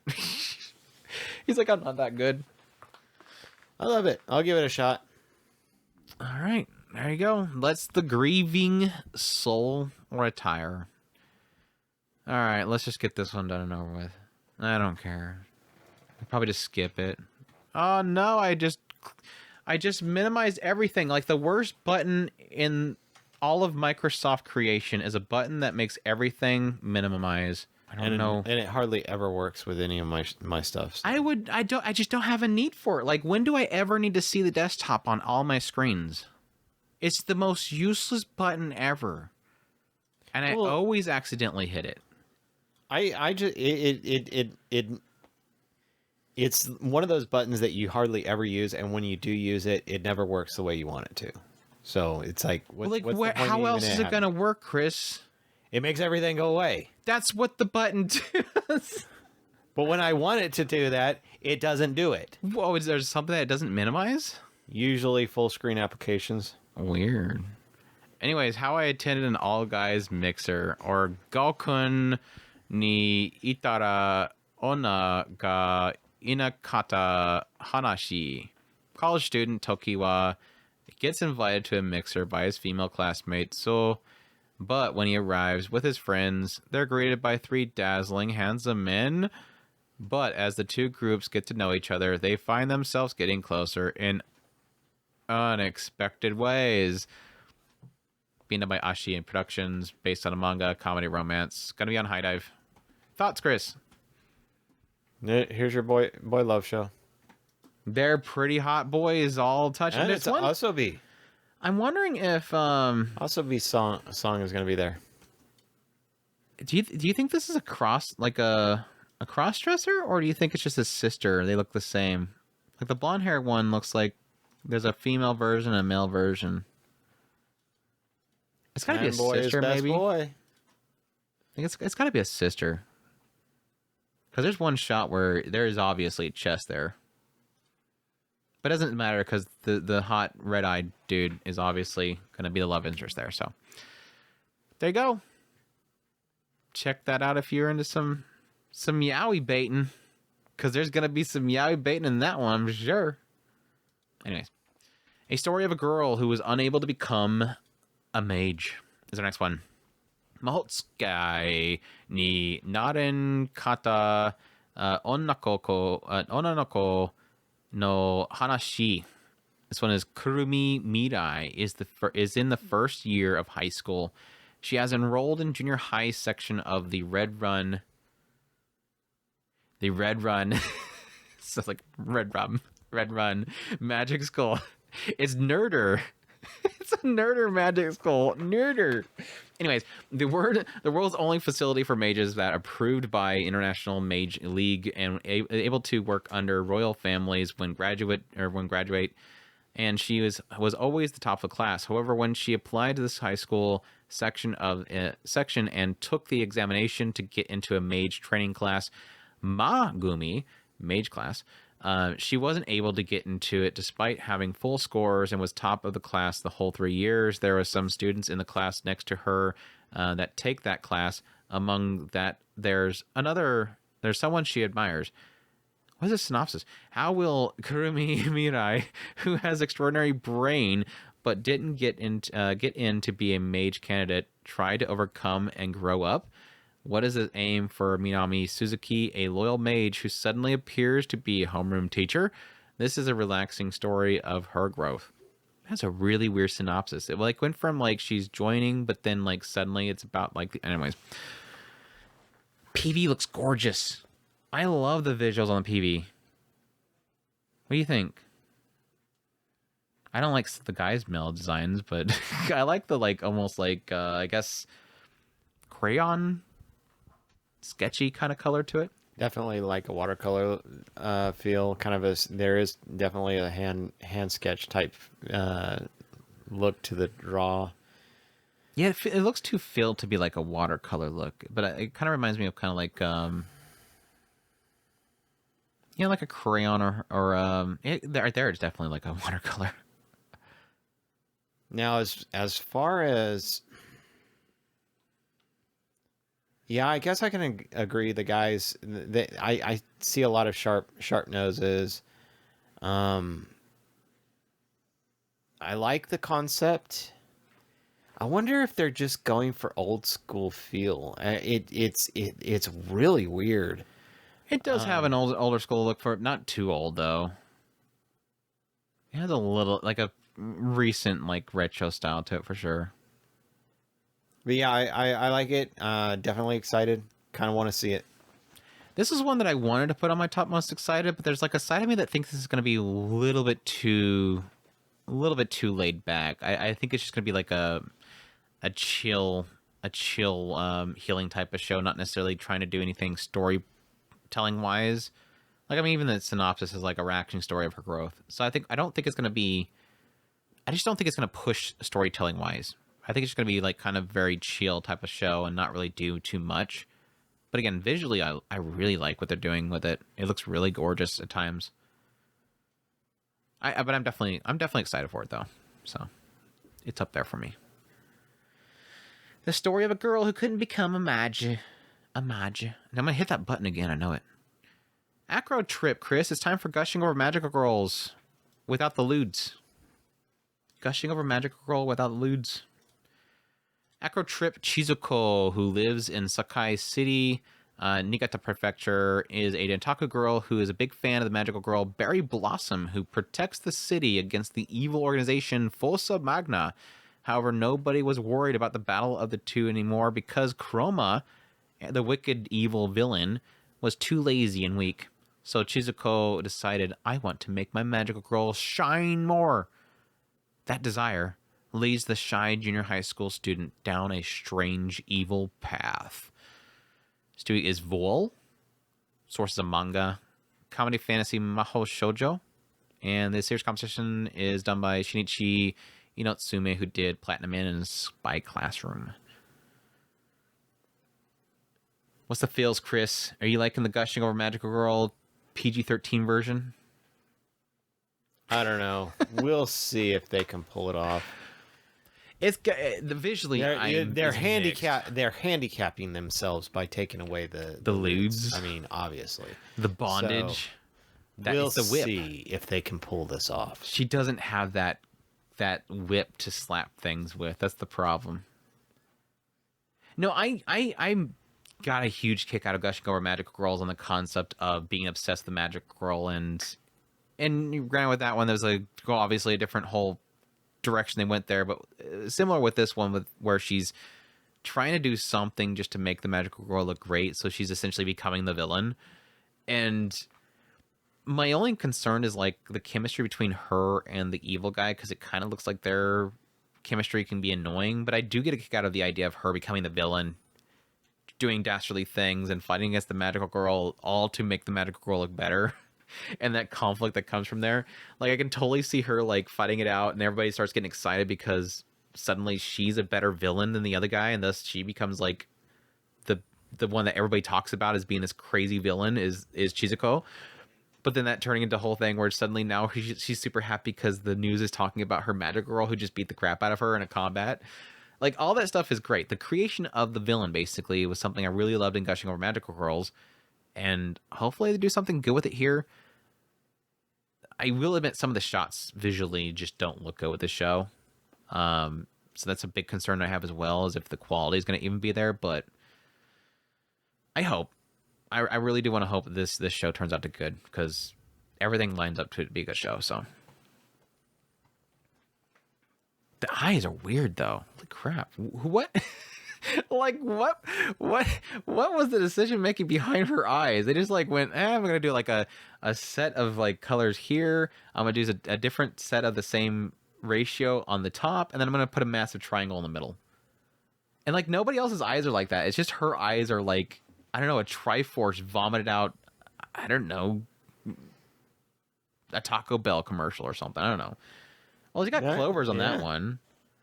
He's just got fangs out of his bangs. Fang bangs.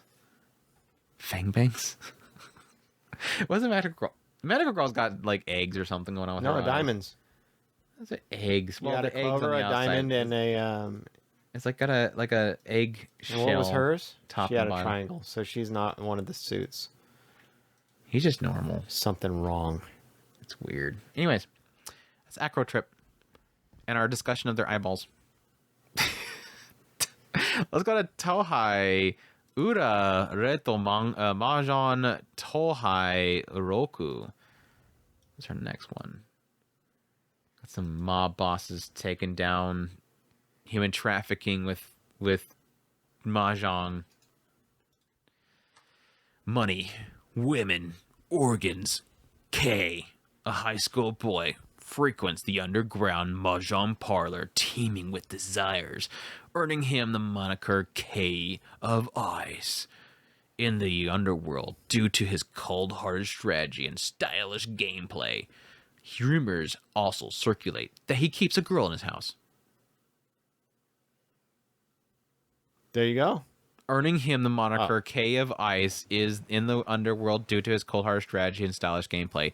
Rumor also circulates that he has a girl in his house. It's just stupid synopsis. He also frequents the nearby children's home. I don't know. Just throw an extra thing in there. He also likes pets. Anyways, the studio is East Fish Studio.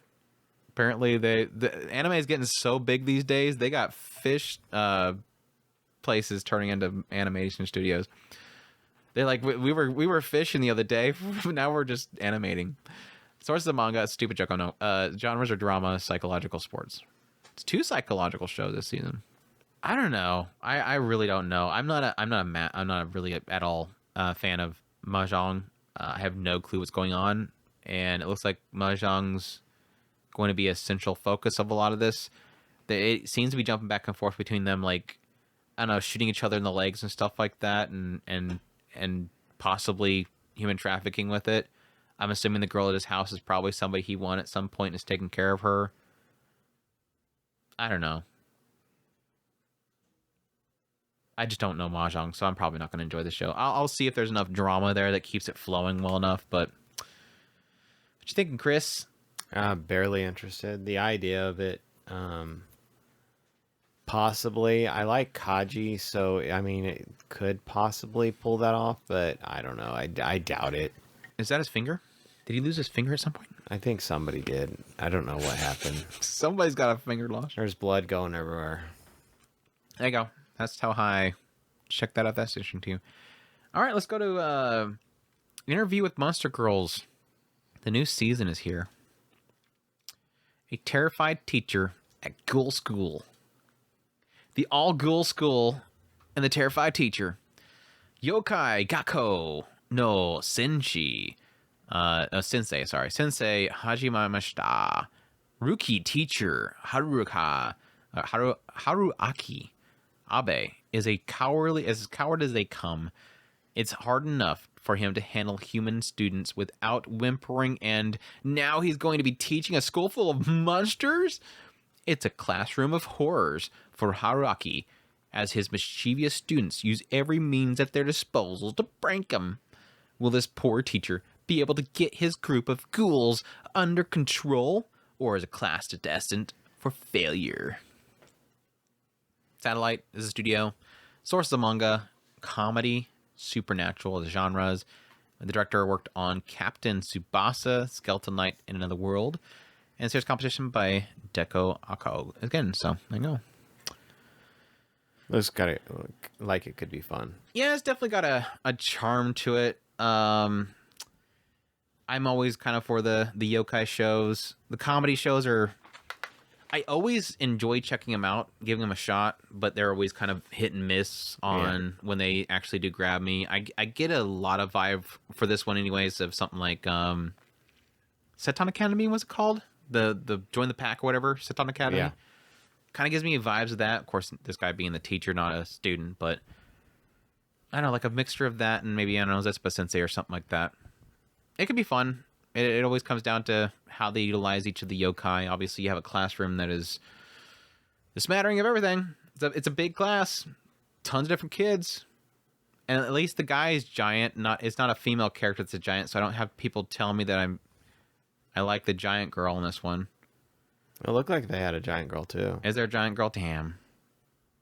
I think the other long hair girl, was she a giant? She looked pretty big in one of the shots. Well, she doesn't look that big. I thought she was big at some point. It showed the giant person, and then, it's just an upshot, is what it is. Was she fighting the giant? Was it giant versus giant? Maybe. Let's go giant versus giant. There's a giant skeleton. Now that's hot. I think that comes out the other girl though. This one right here, because they showed it kind of zip away at some point. Anyways, that looks weird. It looks goofy. So we'll see. Terrified Teacher at Google School. Google School. Next is Trillion Game. Old school schoolmates Haru and Gaku will do anything to achieve success. And success to them means earning $1 trillion. It's dollars, not yen. That's a lot of money. But to do so, they'll need to take full advantage of their own unique skills. Haru is persuasive and confident speaker who can connect with anyone, while Gaku, although awkward, is an expert programmer. Will their combined talents be enough to make their dreams a reality? Studio, once again, is Madhouse. Sources of manga, action, comedy, drama, psychological. We have the director that worked on Gene of AI. And, to note, the creator is Richiro Inagaki, who, of course, is the creator behind, or at least the storyteller, writer behind Dr. Stone and Ice Shield 21. So, if you're a fan of Dr. Stone and that storytelling, you're probably going to want to keep an eye out for this one specifically. So, what are you thinking, Chris? No. You don't like Dr. Stone? I like Dr. Stone, but I don't like the artwork. Oh, I don't like the artwork either. I'm guessing he changed artists at some point because this looks nothing like Dr. Stone. Of course, there's a lot of Dr. Stone art styles that I don't care much for either, but there's like this, at least like 50% of the character designs in Dr. Stone I like. So this one is like, and it's not just the fact that, not that like the art style is completely off-putting to me, but it's just like nothing's moving barely. Like it's Madhouse and it's got a very detailed look to the character designs, and it's like, you can tell the animators are like, we can't make this stuff move. This is like nothing that we normally do. It's just not, it's barely moving. Yeah, I'm not a fan of this style either. But I do like, I like when Dr. Stone, the creator, when they get like super into characters overcoming the impossible, it does do some very creative stuff here. And obviously with two characters trying to, what I'm guessing is they're going to probably be working with a lot of money, trying to make a lot of money, make a lot of big deals, or create some sort of, I don't know if they're going to get into scams or whatnot, or if they're just going to sell ideas in order to get more money. But they're obviously going to be dealing with a lot of money, and there's probably be a lot of like things at stake. And I'm hoping his storytelling will come across with that stuff, and then it'll be, well, not the greatest looking thing for me personally visually, at least have some really good like tension and whatnot in the storytelling. So Inagaki is going to be carrying it for me. His storytelling is going to be carrying it for me. So we'll see. We'll see if it turns into something good. So Trillion Game. Let's move on to Haigakura. That's our next one. Haigakura. We have Nozumu wants to be a writer, but now she's just trying to find the right story. Find the right story? You want to be a writer, but you want to find the right story? Okay, that works. Walking home from school, one day she bumps into some guys, and even though it's an accident, they hassle her until she is saved by a mysterious man. His name is Ichio, and he is searching for gods. Nozumu sends him along with his way, only to be approached by Tinko, who is searching for his master. Nozumu reunites Ichio with Tinko and their abusive relationship, and gets a view of another world. The two men are on a journey to find the gods. The world that has once supported by 4 evil gods has fallen to crisis. Using song and dance, it is up to Kashikans to bring back the gods which fled from their confinement. Okay. Stupid synopsis. This girl bumps into some dude, he's looking for a god, bumps into another dude, he's looking for him, they reunites him, and then she goes to another world and they start beating each other up. I don't know. I see pretty boys. Is it like the story is Fujoshi girl runs into 2 guys and just Fujoshi's out with them? I don't know. I didn't get it. I didn't see I haven't seen a girl character yet. Yeah, where's the girl? Was it even a girl? That's Rurouni Kenshin. That is definitely Rurouni Kenshin. Maybe it was a chick. When did it change? No, it said a female at the beginning. She's looking for a thing to write. I don't know. She probably is like in the first few minutes of the show and then she disappears. I guess it could be that little girl, but that can't be a writer. Anyways, That's I mean, that's the only Haigakura. character that I would say maybe possibly, but that character was only there for a few seconds. I bet this is no. It's supposed to be a She manga. was right there. Did it show the little this girl? That's the only character. I mean, Maybe she turns into a little chibi girl when she goes to the other world. and then after that, I don't see her anymore. So She's not important, Chris. She's literally not important, obviously. That's Haigakura. All right, another one that I'm super excited for. This one was way high. I think this was like number 2 or maybe 3 on my list that I made. brain scans, cool. Brand scans. Nega Posi Angler or Negative Positive Angler. The anime story centers on Sunehiro Sasaki, a university student with large debt, and is told by his doctor that he only has 2 years left to live. Living the rest of his days in depression, Sunehiro one day gets chased down by debt collectors and falls into the sea. He is rescued by Hana, a girl who loves fishing, and her fishing friends, including Takaki. Hana urges Sunehiro to experience fishing for the first time in his life, and he starts to develop friendships with the other fishing enthusiasts. Things start to look up for Sunehiro as he starts to working at the convenience store where Hana and Takaki work, and he slowly gets hooked into fishing. Tsu is net. The source is an original. Genres are drama. Director worked on Sagatama the Evil and Punchline, and the writing is being done by Tomohiro Suzuki, who worked on Aka 13, One Punch Man, Tiger and Bunny, and that was formed by people also Frieren, even though Frieren was pretty 1-to-1. I'm not sure what he would do script-wise for Frieren, because Frieren was pretty 1-for-1. But apparently I'm supposed to mention that too because Frieren's popular.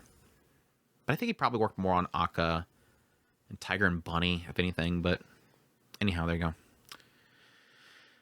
That's a Negative Positive Angler. I'm super pumped for this one. Visually, I mean, Nut's like hit and miss. Like, Nut does some really good stuff. Not so good stuff here or there. Like, they're not the greatest studio ever, but they do a good job here and there. I'm excited, obviously, because it's an original. I'm always kind of intrigued by original series, and just the concept and the PV look really good. Like, I just like this idea of somebody that has only so much time to live. He kind of his life is kind of resparked. He's pulled in by this kind of ragtag group of kids that are just all having fun doing stuff. It looks a little bit more like mature in setting and tone with the characters and their age area. It just looks like having fun and just enjoying today. Like, it even has some point in the trailer where it's talking about the concept of, you know, everybody has only so much time to live. It's not like this is going to be different for anybody else. It's just he knows his time, or at least an idea of his time.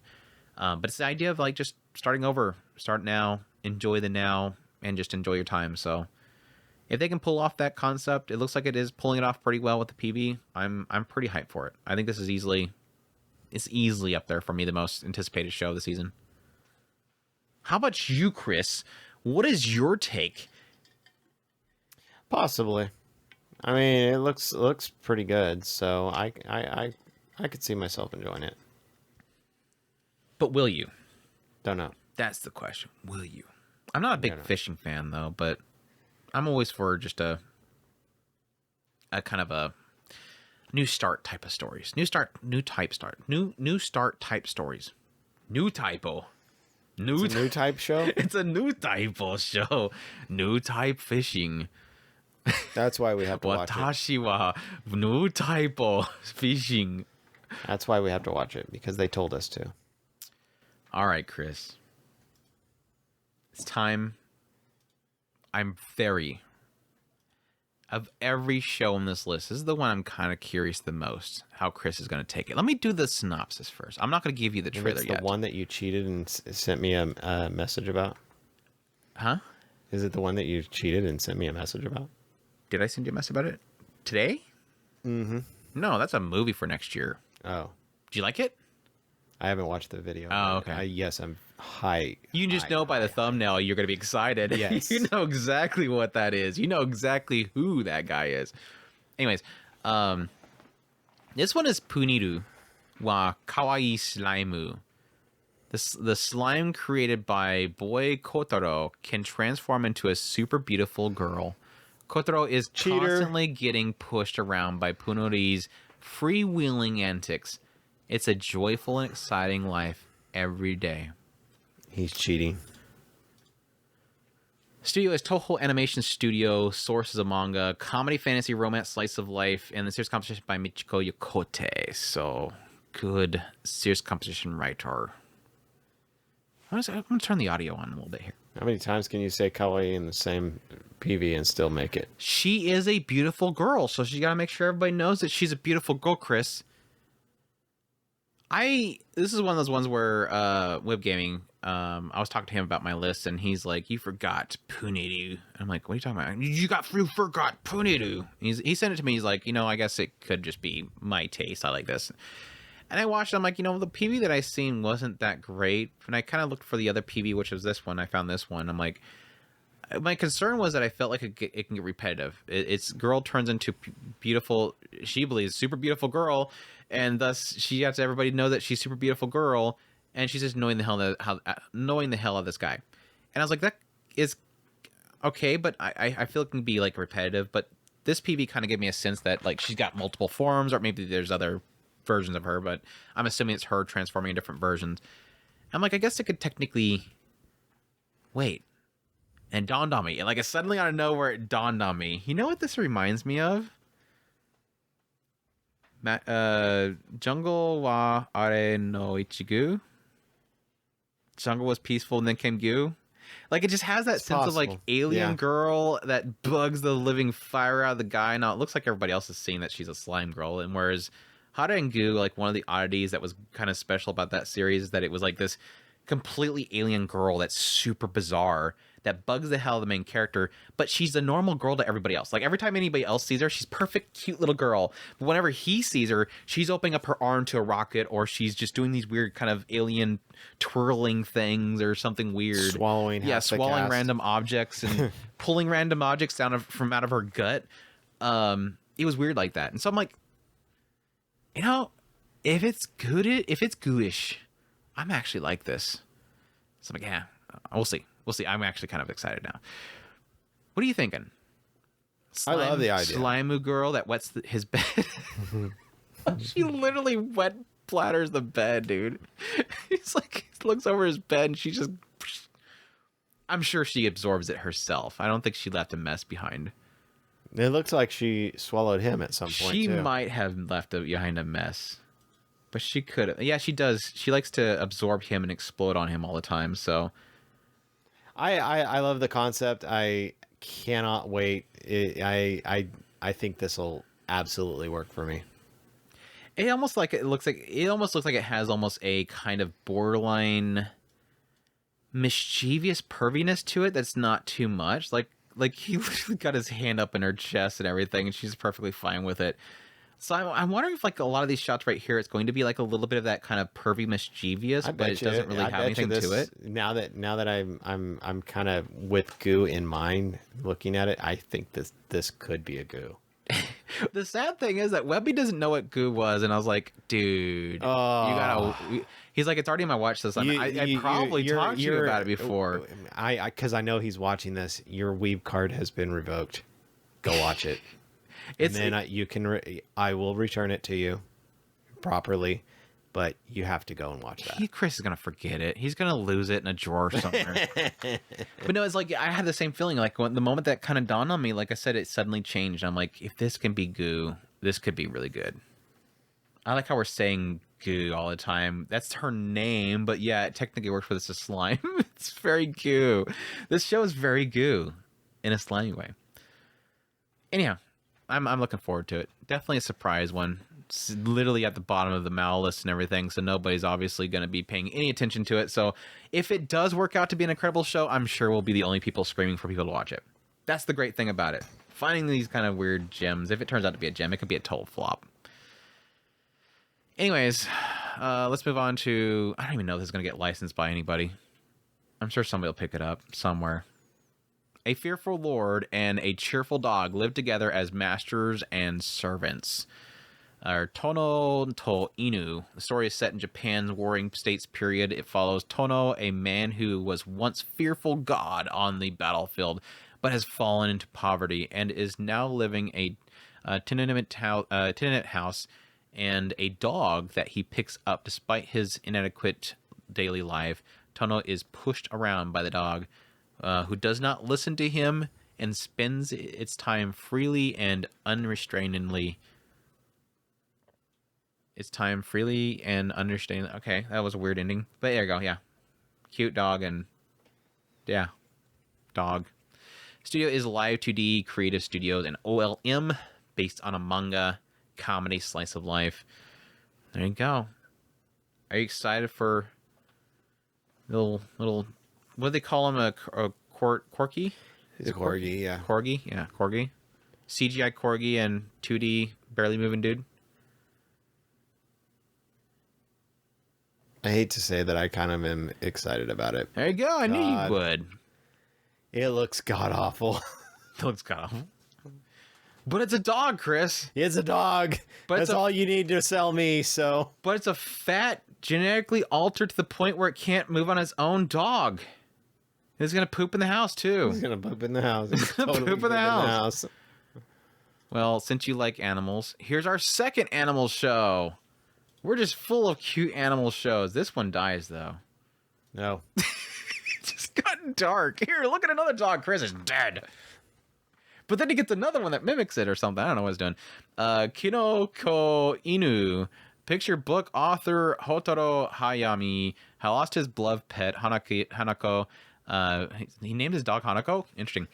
He was in the depths of the darkest, deep sadness, regretting his inability to do anything about it. One day, he notices a pink mushroom growing in a snow willow tree in his garden. As he grazed it idly, it suddenly began to move, wagging its tail and coming closer to him. A mushroom dog. Despite its doubts, he decides to live with the mysterious creature, the mushroom dog. Then he started drawing where he wasn't supposed to draw, ate all the melon bread, and made all sorts of messes. But his playful attitude is hard to hate. The day spent with this mushroom dog involving his childhood friend Ko-chan, the editor Yara-kun, the Mushroom Research Institute. Gotta have those Mushroom Research Institutes. Gradually changes Hotaro's expression. This is a slightly mysterious and heartwarming animation that depicts the funny days of Hotaro and everyone. Well, I gotta do that based on the synopsis. But anyways, C Station's working on it, based on manga. Comedy, drama, fantasy, slice of life. Cool. I don't know. Apparently, his friend has one too. Oh, they do? So Well, that might has be the one. Mushroom Research Company. Since everybody has them, so Everybody's got them. Dude, those mushrooms are like fungus. It grows on everything. They're like, hey, can we bring over our fungus dog and they can talk together? Apparently, if you grow them in our yard, they have pink. Your yard has blue. Let's trade them. They're like Pokemon. yeah. And his house is on fire. Wonder if it smells like roasted mushroom in there. Anyways. That's Kino Koinu. Next, we don't have or anything for it. It's Kogaku Manga Survival. That's it. So Studios Gallop. I think this was a movie at some point. I'm not sure if they're turning the movie into an anime. I think it's like a... I don't yell at me if I'm wrong. I believe it's one of those kind of like going into the body and like machines to go down the veins and fix things. I don't know. I don't know. Murai In Love. This technically already began, I think, September 4th, if I'm correct. So this has been out for maybe 2 weeks now. Oh my gosh, it looks so horrible. Murai no Koi. It's streaming on Netflix and Hulu. I think it started again on September 4th. Done by JC Staff, based on a manga. Barely animated. So I'm guessing they're going for like another... like a Way the House Husband thing where they just basically copy paste the manga and color in things and claim that it's really difficult to do. The slightly strange high school student Murai confessed love to his teacher and Otome game fanatic Tanaka Sensei. She refused by telling him she's not interested in real life long black-haired boys. The next day, Murai came back with short blonde hair. which made him look just like Tanaka Sensei's favorite game character, a non-stop romantic comedy between a stubborn high school boy and his favorite teacher. There you go. Yeah, of course, the series composition was done by the person that worked on Way the House Husband and Backstreet Boys or Girls. So there you go. That explains a lot. I had somebody ask me about this when if I'm watching it, because it came out, like I said, it would be 2 weeks ago at this point. I said I seen enough. Like I said, I looked at the PV and I said nope. I'm sorry, I'm not doing it again. It looks god awful. I'm not fitting in this again. I'm sick of this whole it's creative in any way, shape, or form. No, it looks garbage. The only reason that Way the House Husband worked for me was because Kendra Suda. I don't care what other seiyus might be working on this one that's doing an incredible job. It's not going to sell me on it. It's an anime. Animate it. I'm sick of this, JC staff. Stop it. JC staff, stop it. Animate stuff. This isn't creative. So there you go. What do you think, Chris? Nah. Garbo. Thrown away. Done. Mechanical Arms. I don't have a PV for this one either, but this one is I think there's a PV. I'm not sure if it's them or if it's another studio, but it was like a one that they released like a while back ago. It was like I think it was like a creative design for it, but it looked pretty decent. But I don't know if it's this release as well. But it's Triff Studio. It's an original series, Mechanical Arms. I can probably find that trailer just so Chris has something kind of reference here. But again, I think it was like an early conception of it, and it might be the same project or they might be doing something else. But we watched it like a long time ago, I believe, unless I watched it with somebody else and I'm thinking differently. But anyways, long ago, alien life forms came to Earth, fusing with people on the planet. Due to their appearance, they were dubbed Mecha Ude. As when fused to their bone, they bore a striking resemblance of mechanized limbs. Though in involuntary partnership, average middle schooler Hikaru Amatsuga worked alongside the Mecha Ude Arma, who is an extremely rare and special existence. To protect Arma, the resistance group ARMS assigned the dual Mecha Ude user Aki Murasame to follow him wherever he goes. However, she is also looking for a mysterious snake-type Mecha Ude wielder. Mecha Ude wielder. The hyphen is messing me up bad. Mecha Ude wielder, who has put many of her comrades in critical state.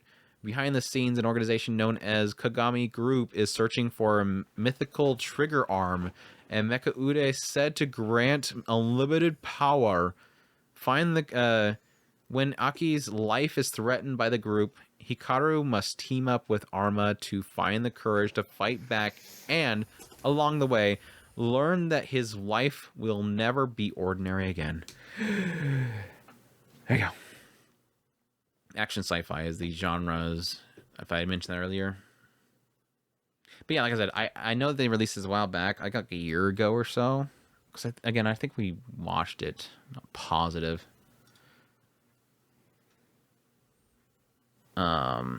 Yeah, a year ago. I don't know if it's the same one or if it's another project, but it looks kind of similar to the key art, so I'm assuming it's probably the same project, so we'll see. Seems kind of familiar, but it has some good shots in it, honestly. There's quite a bit of it that's kind of very, I would call it framey, where it's like very juddery, stuttery animation, but it's got some good style to it, for sure. Now, if it has a decent story, that's a big question mark there. I get like a little bit of a Babuki Bronchi kind of vibe to it. Yeah. It looks decent. Are you... Looks interesting. Excited?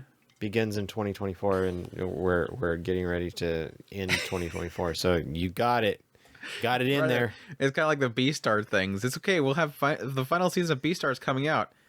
By the way, it's going to be part 1 of 2. By the way, it's coming out in December. We're going to make it, though. We're definitely going to release B-Stars. It's going to release. Don't worry. Anyways, that's Mechanical Arms. Let's move on to Lockdown Zone Level Exu, which I think is our last show on the news shows, right? Yeah, our last of the new shows. Lockdown Zone Level Exu, or Kanken Kuiki Level Exu. Ryoka is awakened by a flurry of text messages from her mother. Panicked and rushed, Mom is clearly concerned for Ryoka's safety, but she is not able to. But she's not too keen on letting her daughter know why. Her reasoning being that nothing could really properly describe what is happening. The world might be ending, and there might be a massive new life form on the roof of their apartment building.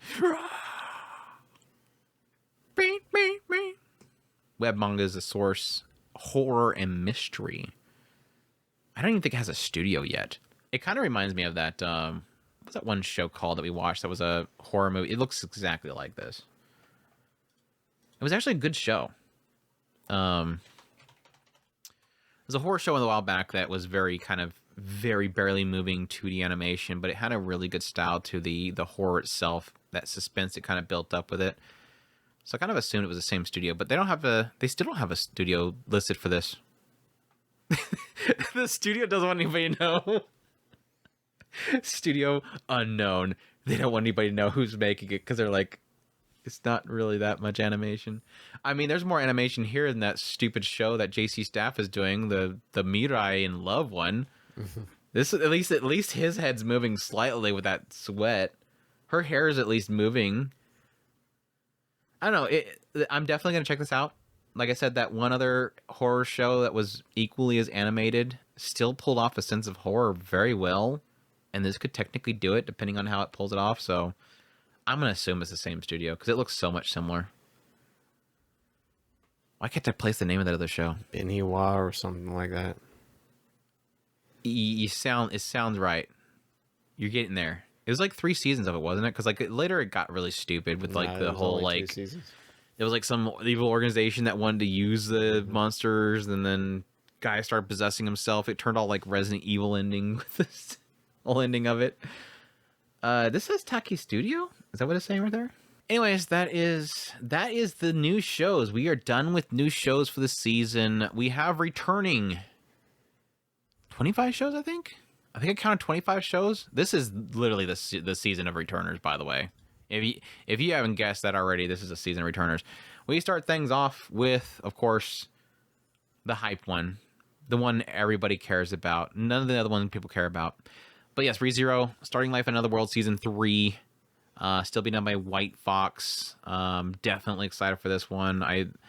I've been struggling very desperately to get through a rewatch of the first and second season. I'm currently like 20 episodes or so into the first season, trying to rewatch through it. And I've been thoroughly enjoying it again. Like I was like, God, I forgot how much I love this show. Like, this is such a good show. I mean, there's a reason why it's like, I don't remember if the second season was the same. I think the second season there was a lulling part in it, but definitely the first season alone was like, it was a perfect show for me. I was like, I love this show. Not a perfect, but it was like a 10 out of 10 show for me. And so I'm super, as I'm rewatching it, my hype levels are just increasing for the second season come around. So I've been avoiding that leaked episode. I'm sure there's probably more episodes leaked by now, but I'm waiting. I'm excited. I can't wait for it. I think this is supposed to be a split core again, I think. I don't know. I don't think there's an episode count listed anywhere yet, but I think I've seen people say that it might be a split core again. What's your excitement levels, Chris? Very high. Just high? Just high enough? No, I said very high. Was that Julius, dude? I don't... Yeah, they're like, this literally is everybody. Like everybody's involved. I don't even want to know what's going on right here, but it feels like everybody's freaking there. Everybody that's, I guess everybody that Subaru has been kind of working with over the last 2 seasons. I haven't seen Beatrice yet. And so this is 16 episodes. Beatrice better be there because he's got like a pack. There she is right there. See? Yeah, he's got a pack with her and everything. Oh, that dude's showing up again. Okay. So we're going to go there. I don't know. I don't want to know. PV's spoiling me. I don't want to know. Clearly, I'm super it's excited the for it. greatest season ever because Beatrice is going to be a main character. Right? She's not always stuck in the library waiting for her turn. Like I said, she popped up at the end of the last season, so I was going to hope that she's going to be around more. She better be around more. But yeah, super hype, super hype. Blue Lock's coming back for a second season, so fans of Blue Lock, definitely check that out. I never finished the first season, so that's not me. Sadly, not me. Bleach is coming back for 1,000 Year Blood War: The Conflict, so that's exciting. I'll definitely be watching that. I'm mixed on the new season, but I still enjoy it, so I'll still watch it. Did you get caught up on Bleach? Yes. I mean, you finished the manga, obviously, so. No, I didn't. I thought you did. Okay. No, you're getting the show is getting very close to where I'm at, but no, it's not caught up to me yet. Gotcha. Spirit Chronicles come back. Are you excited for Spirit Chronicles? Yes. that trash fire show so. is coming back. I'm super not excited, but I'm gonna watch it. I mean, it had a very like source material bait ending, so it was nice that it actually had a second season. I loved that Andrew kind of. I called him out, and I made them do it. Nate made this show the subtitle titled "How Many Lollies Can We Make Cry" or something like that. Yeah, it was like literally make the cute girls cry the anime. Like literally every episode, he would arrive at a new town, he'd meet a waifu, he would literally lead them on. Like this dude is leading them on. I don't care if it's subconscious or not. Like he'd go to a market with some girl and he'd buy her some like trinket and she'd think that they're in love. Like he just bought me a gift. Obviously he likes me, and she get all doki doki, and he's like, all right, by the way, I'm leaving tomorrow morning. They're like, wait, you're supposed to be the love of my life. You're going to leave off to some other town. I'll never see you again. Then they start crying and he walks off in the sunset. It's every episode. It was literally him making a girl cry every town. He's the wandering waifu cry-inducing boy. But no, there was a cool thing about the show, which was like that whole concept that he was placed inside the mind of the person in that world. Like he isekai'd into that person's brain. And it almost made it out like it was gonna be this cool thing where like the actual person that was in the body fights for it back, and he kind of snaps back and forth. But they never got into it, so I don't know if it's something they were trying to do or maybe just lost in adaptation. But it was kind of an interesting concept. Anyways, a returning isekai that I am excited for though, Alpharetta, that's coming back, and this time we're focusing on the best girl bunny. We're going to focus on the best girl bunny girl. I mean, the vampire girl is super good too, but I like the bunny. I do like the bunny. So getting more of her is going to be great. I'm assuming it's about the bunny because there's a lot of bunny people in the show, in the trailer itself, and the bunny girl is very prominent on the key art, so I'm assuming it's the bunny girl. There's some princess at the beginning here, which I'm sure she's very important. She's probably going to be added to the harem Probably too. going to be added to the harem, yeah. But here's the bunnies. Yeah, see, so we're getting the bunnies right here. So that's cool. I'm happy bunny They're probably girls a part of the harem too. Oh, they're gonna do the Power Ranger thing. The disguise is Makes sense. Gotta do Power Ranger stuff. Makes sense. They gotta put on some crafty design. Or whenever a protagonist in an isekai thinks, "Man, I gotta hide my identity," they turn into a Super Sentai character. You gotta.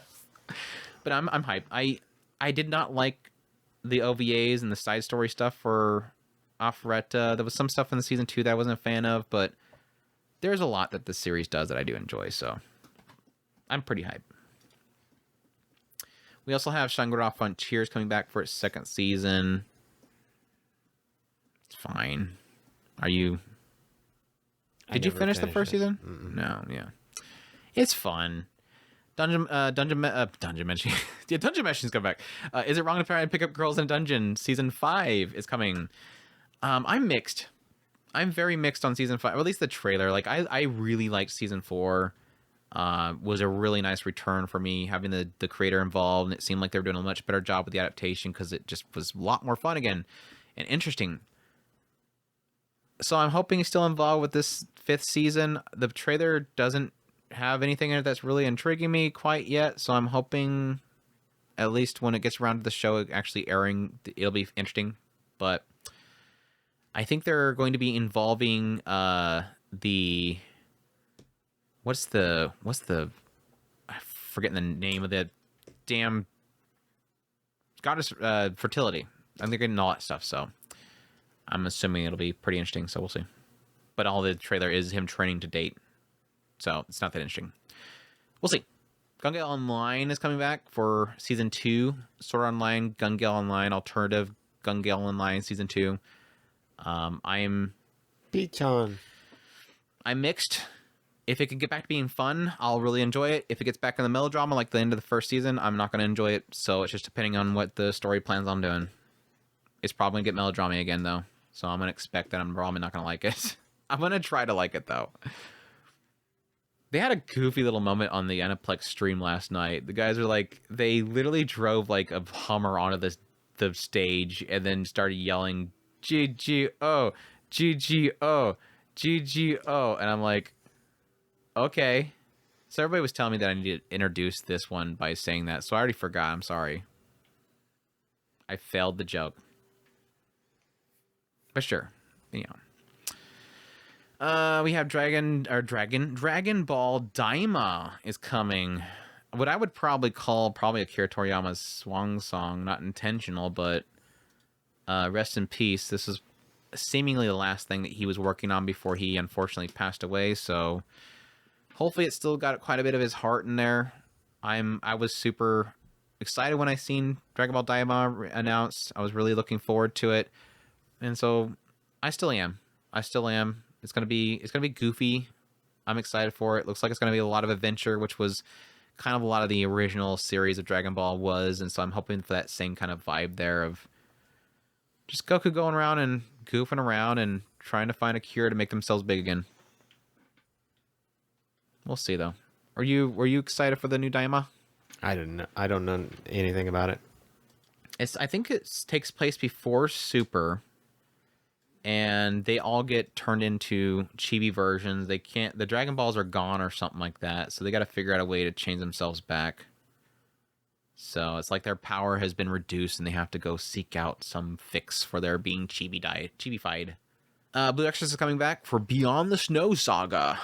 That's cool. That was another thing during that Aniplex stream.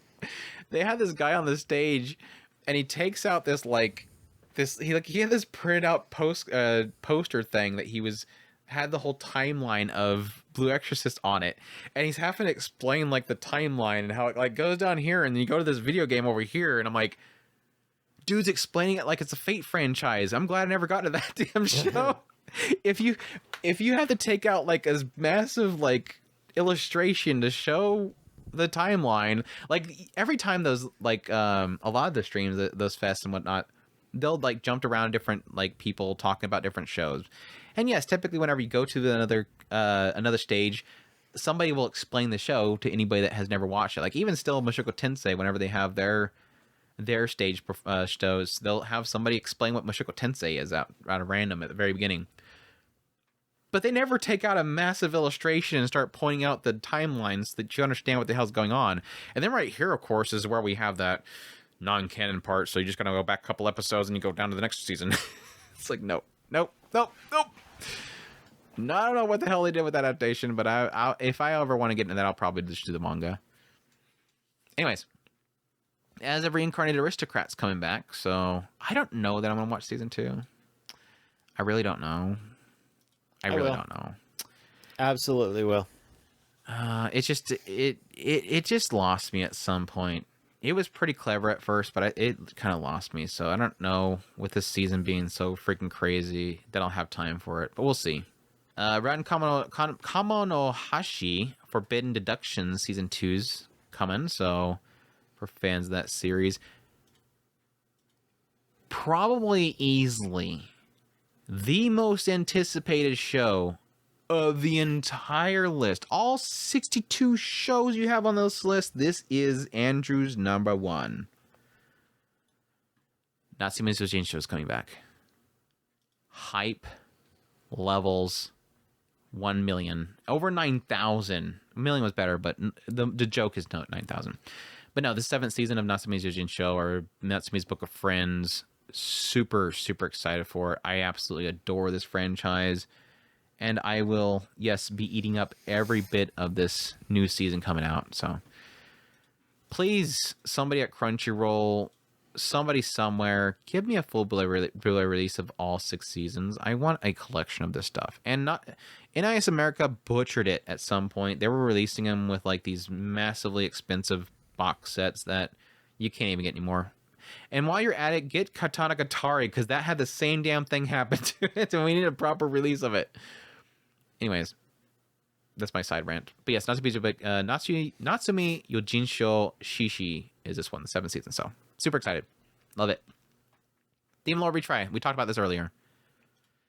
I don't know what this is about. I don't know what this is doing. Demon Lord Retry R, again, it's supposed to be based on the manga, which is apparently a sequel of the original Demon Lord Retry, which is after what was not adapted.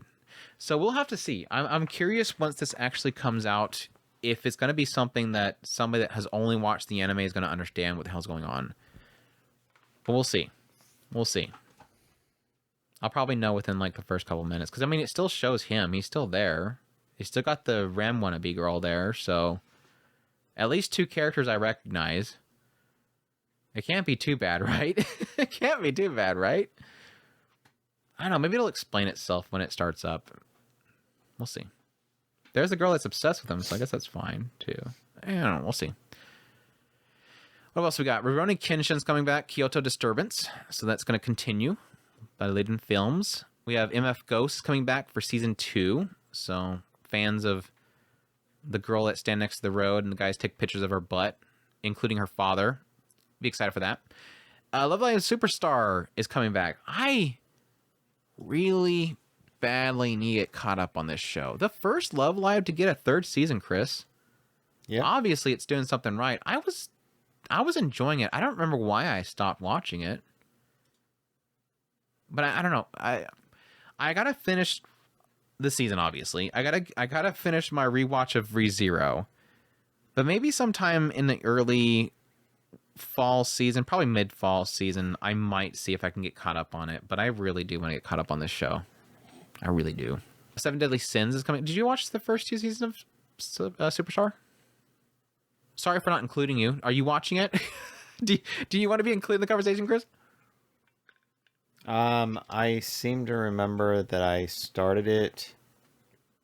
Was this the one that had that we were really super impressed with that one? This was the one, yeah, right at the very beginning, she goes to, I think she was going to the school or something like that, and there was one girl and she was making a performance on the stairs, and she had that really freaking awesome song, a great voice. And I don't remember why I ended up falling off of it, on it. And it had the Chinese girl too, right? Yeah. One of them was a Chinese girl. Yeah. Feifei or... I dropped off Kiki really or quickly on, what was the one before Superstar? I didn't like the one before this one because it was like super like high school performance, like very Western high school musical type show. Like every 2 seconds they're constantly singing like out of nowhere, and it looked really dorky. But I seem to remember liking this one. But again, I must have got sidetracked by something. Anyhow, we'll see. 7 Deadly Sins coming back. The 4 Nights of the Apocalypse Season 2. Kamierabi God App Season 2. I'll definitely be watching that. Yoko Taro, the creator of Nier, and his twisted, morbid mind with CGI weirdness. But I'm excited to see what the hell happened with that ending, because the ending was very inconclusive. The Prince of Tennis 2 U17 World Cup semifinals. So fans of Prince of Tennis, be excited for that. Idolmaster's Shiny Colors coming back. I don't even think I started that one, but I don't know why. But yeah, that was Season 2 is coming, so there you go. Tombo Season 2, I'll definitely be watching that. I really enjoyed Tombo Season 1. It's very, very heartwarming show. But there you go. Thunderbolt Fantasy. Oh, yeah? They're still making Thunderbolt Fantasy, apparently. So Thunderbolt Fantasy is coming back again. That's Jinnerbuchi. Still at it. Apparently he still has time. That must be why. That's why they delayed Madoka Magica. I cracked the code. He's been working on Thunderbolt Fantasy Season 4, and now finally Season 4 is ready to go. And now suddenly we get a new trailer for Madoka Magica's 3rd movie, or technically I don't know what you call it at this point, 4th movie. Anyways, There you go. And then finally, another big whopper I'm excited for. Beastars final season part 1 is going to release in December.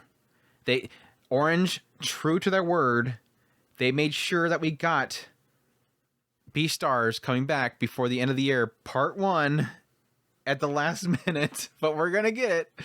I'm super pumped, super excited for Beastars. Beastars is absolutely incredible. Did I ever get you forced into watching Beastars? Huh? Did I ever force you into watching Beastars? I've watched some of it. I don't know how far You don't remember how far I got into it? How far I got. I remember lions faking stuff. There was a boom. There was. I don't know what any of that means. A boom. Yeah, they were in a mansion. There was shooting everywhere. The lion was faking how he You must have got at least the first season done. Yeah, I don't remember how. Did you get into all of him trying to train himself to get better at fighting his urges? Goes through his little training boot camp. Panda guy sticks him, locks him up in a room and puts meat in front of him, makes him go all crazy. Yeah, I remember a panda, but I don't remember him training him to be stronger at against. Hey, you probably just watched the first season. No, I think in the second season they got into the lions and everything. The deer guy, yeah. I don't know. I'm excited for it though. I really do think Beastars is an absolutely incredible series. I hate that Orange is so sidetracked with these new projects they got that I'm not as interested. I wish that they would focus on finishing Beastars and give us some more Land Lustrous. Please give us some more damn Land Lustrous. It just seems like they're so busy with so many different projects. They're just completely sidetracked. It sucks. It really does. Anyways, that's producers for you. Sometimes Orange doesn't really get decided for themselves in a lot of cases, so whoever has the money in the end, really. In the shorts category, with a sequel, we have After School Hanako-kun coming back, so I'm excited for that for part 2. Now, granted, I will say, I like Hanako-kun. The shorts, After School Hanako-kun, I will admit most of them are very much so shrug stories.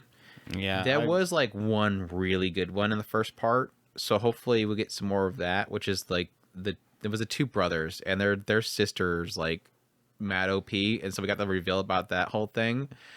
But yeah, most of the shorts for After School aren't that great. It was mostly just genuinely it's those little amusing. creatures. Yeah, it was genuinely amusing, but outside of, like Andrew said, the stories were kind of just shrug. It's just nice having the characters there for whatever it is they're doing. It makes me think they're like these little joke extras at the end of each chapter or something. It's a quick, stupid story. Anyways, that's coming back though. And then we have Himadashi Creative, the animation, which looks to be a visual novel adaptation of cute girls doing random stupid stuff. I'm not going to read this 15-page paragraph synopsis. It looks like a throwaway. The visuals in the PV don't look great. This looks much better, this trailer. Yeah.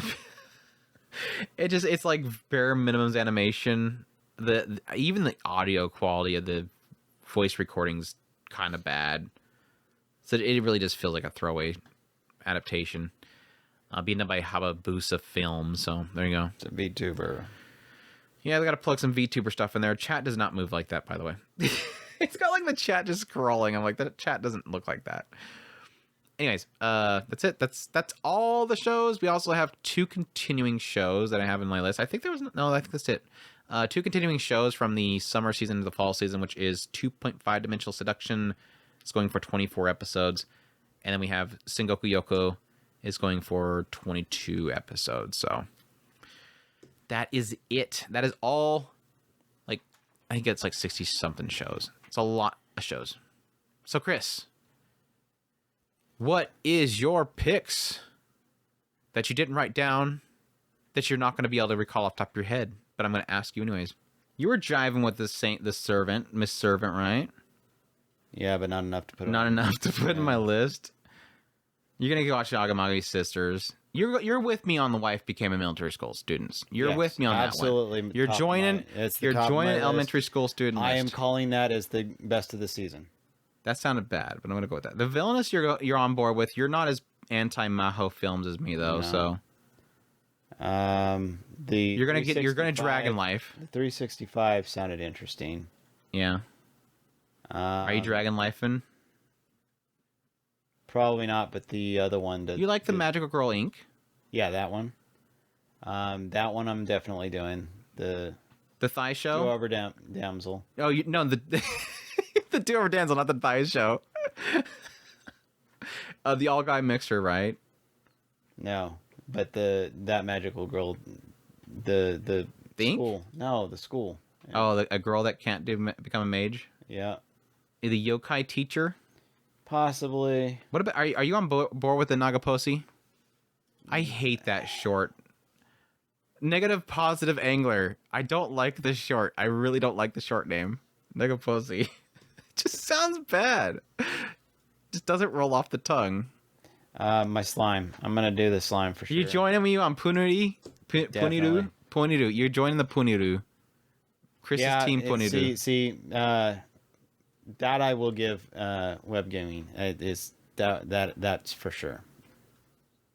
I'm definitely on the board with that. You're gonna you watch the Corgi show? Are you adding Corgi show? The Corgi is not going on the list, but he's definitely. What about Murai In Love? Are you already watching Murai In Love? No. Where is my list? Did it already get shoved down from everything else that I've done the last week? Surely I'm pretty sure that's top 10. So. You're already calling it? I'm pretty sure that's my 10. Oh, you're 10. Yeah, because you're already through the main list. Unless you want that visual novel one that I had at the very bottom there in the shorts category. I mean, the animation was looking pretty incredible there, right? Yeah, sure. There it is, right there. So my list I had was Let's This Grieving Soul Retire, Puniru, again, the slime girl, Orb, Trillion Game, Uzumaki, Acro Trip, Blue Box, Negative Positive Angler, Don, and then If My Wife Became a Student, elementary school student. I think that's pretty solid. Like, the only one that I was kind of really struggling with putting in my list was The Magical Girl Inc., A Story of a Girl Who Couldn't Become a Mage, Nina the Starry Bride, You Are Miss Servant, which really the servant one's really the fact that I don't know anything about it, and the PV is too stupid short. It's like you can't really sell me on the base, except for, like we mentioned, she's really cute. She's really cute. But how many times have I seen these Meido show pop up where they have a really cute or really hot maid, and then the show doesn't turn out to be that great? Mm-hmm. Like the Ayashi show, like, god dang, like she has. I'm wondering where all her moles were the entire time I'm watching that show. But one, it was incredibly censored from the source material. But two, it's like it wasn't really much of that show besides you're really suspicious every 2 seconds. Anyways, what else did I have? Demon Lord 2099.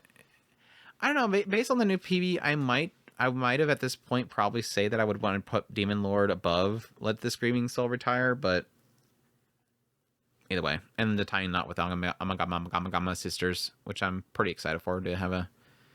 Is that literally our only ecchi show? Is that one show? It is! Amagami Sisters is the only one that's classified ecchi. That's our only ecchi show for the next season. That's crazy. I quit. Anime is dying, everybody. It is. It's official. We only have one edgy show this coming season. Anime is dying.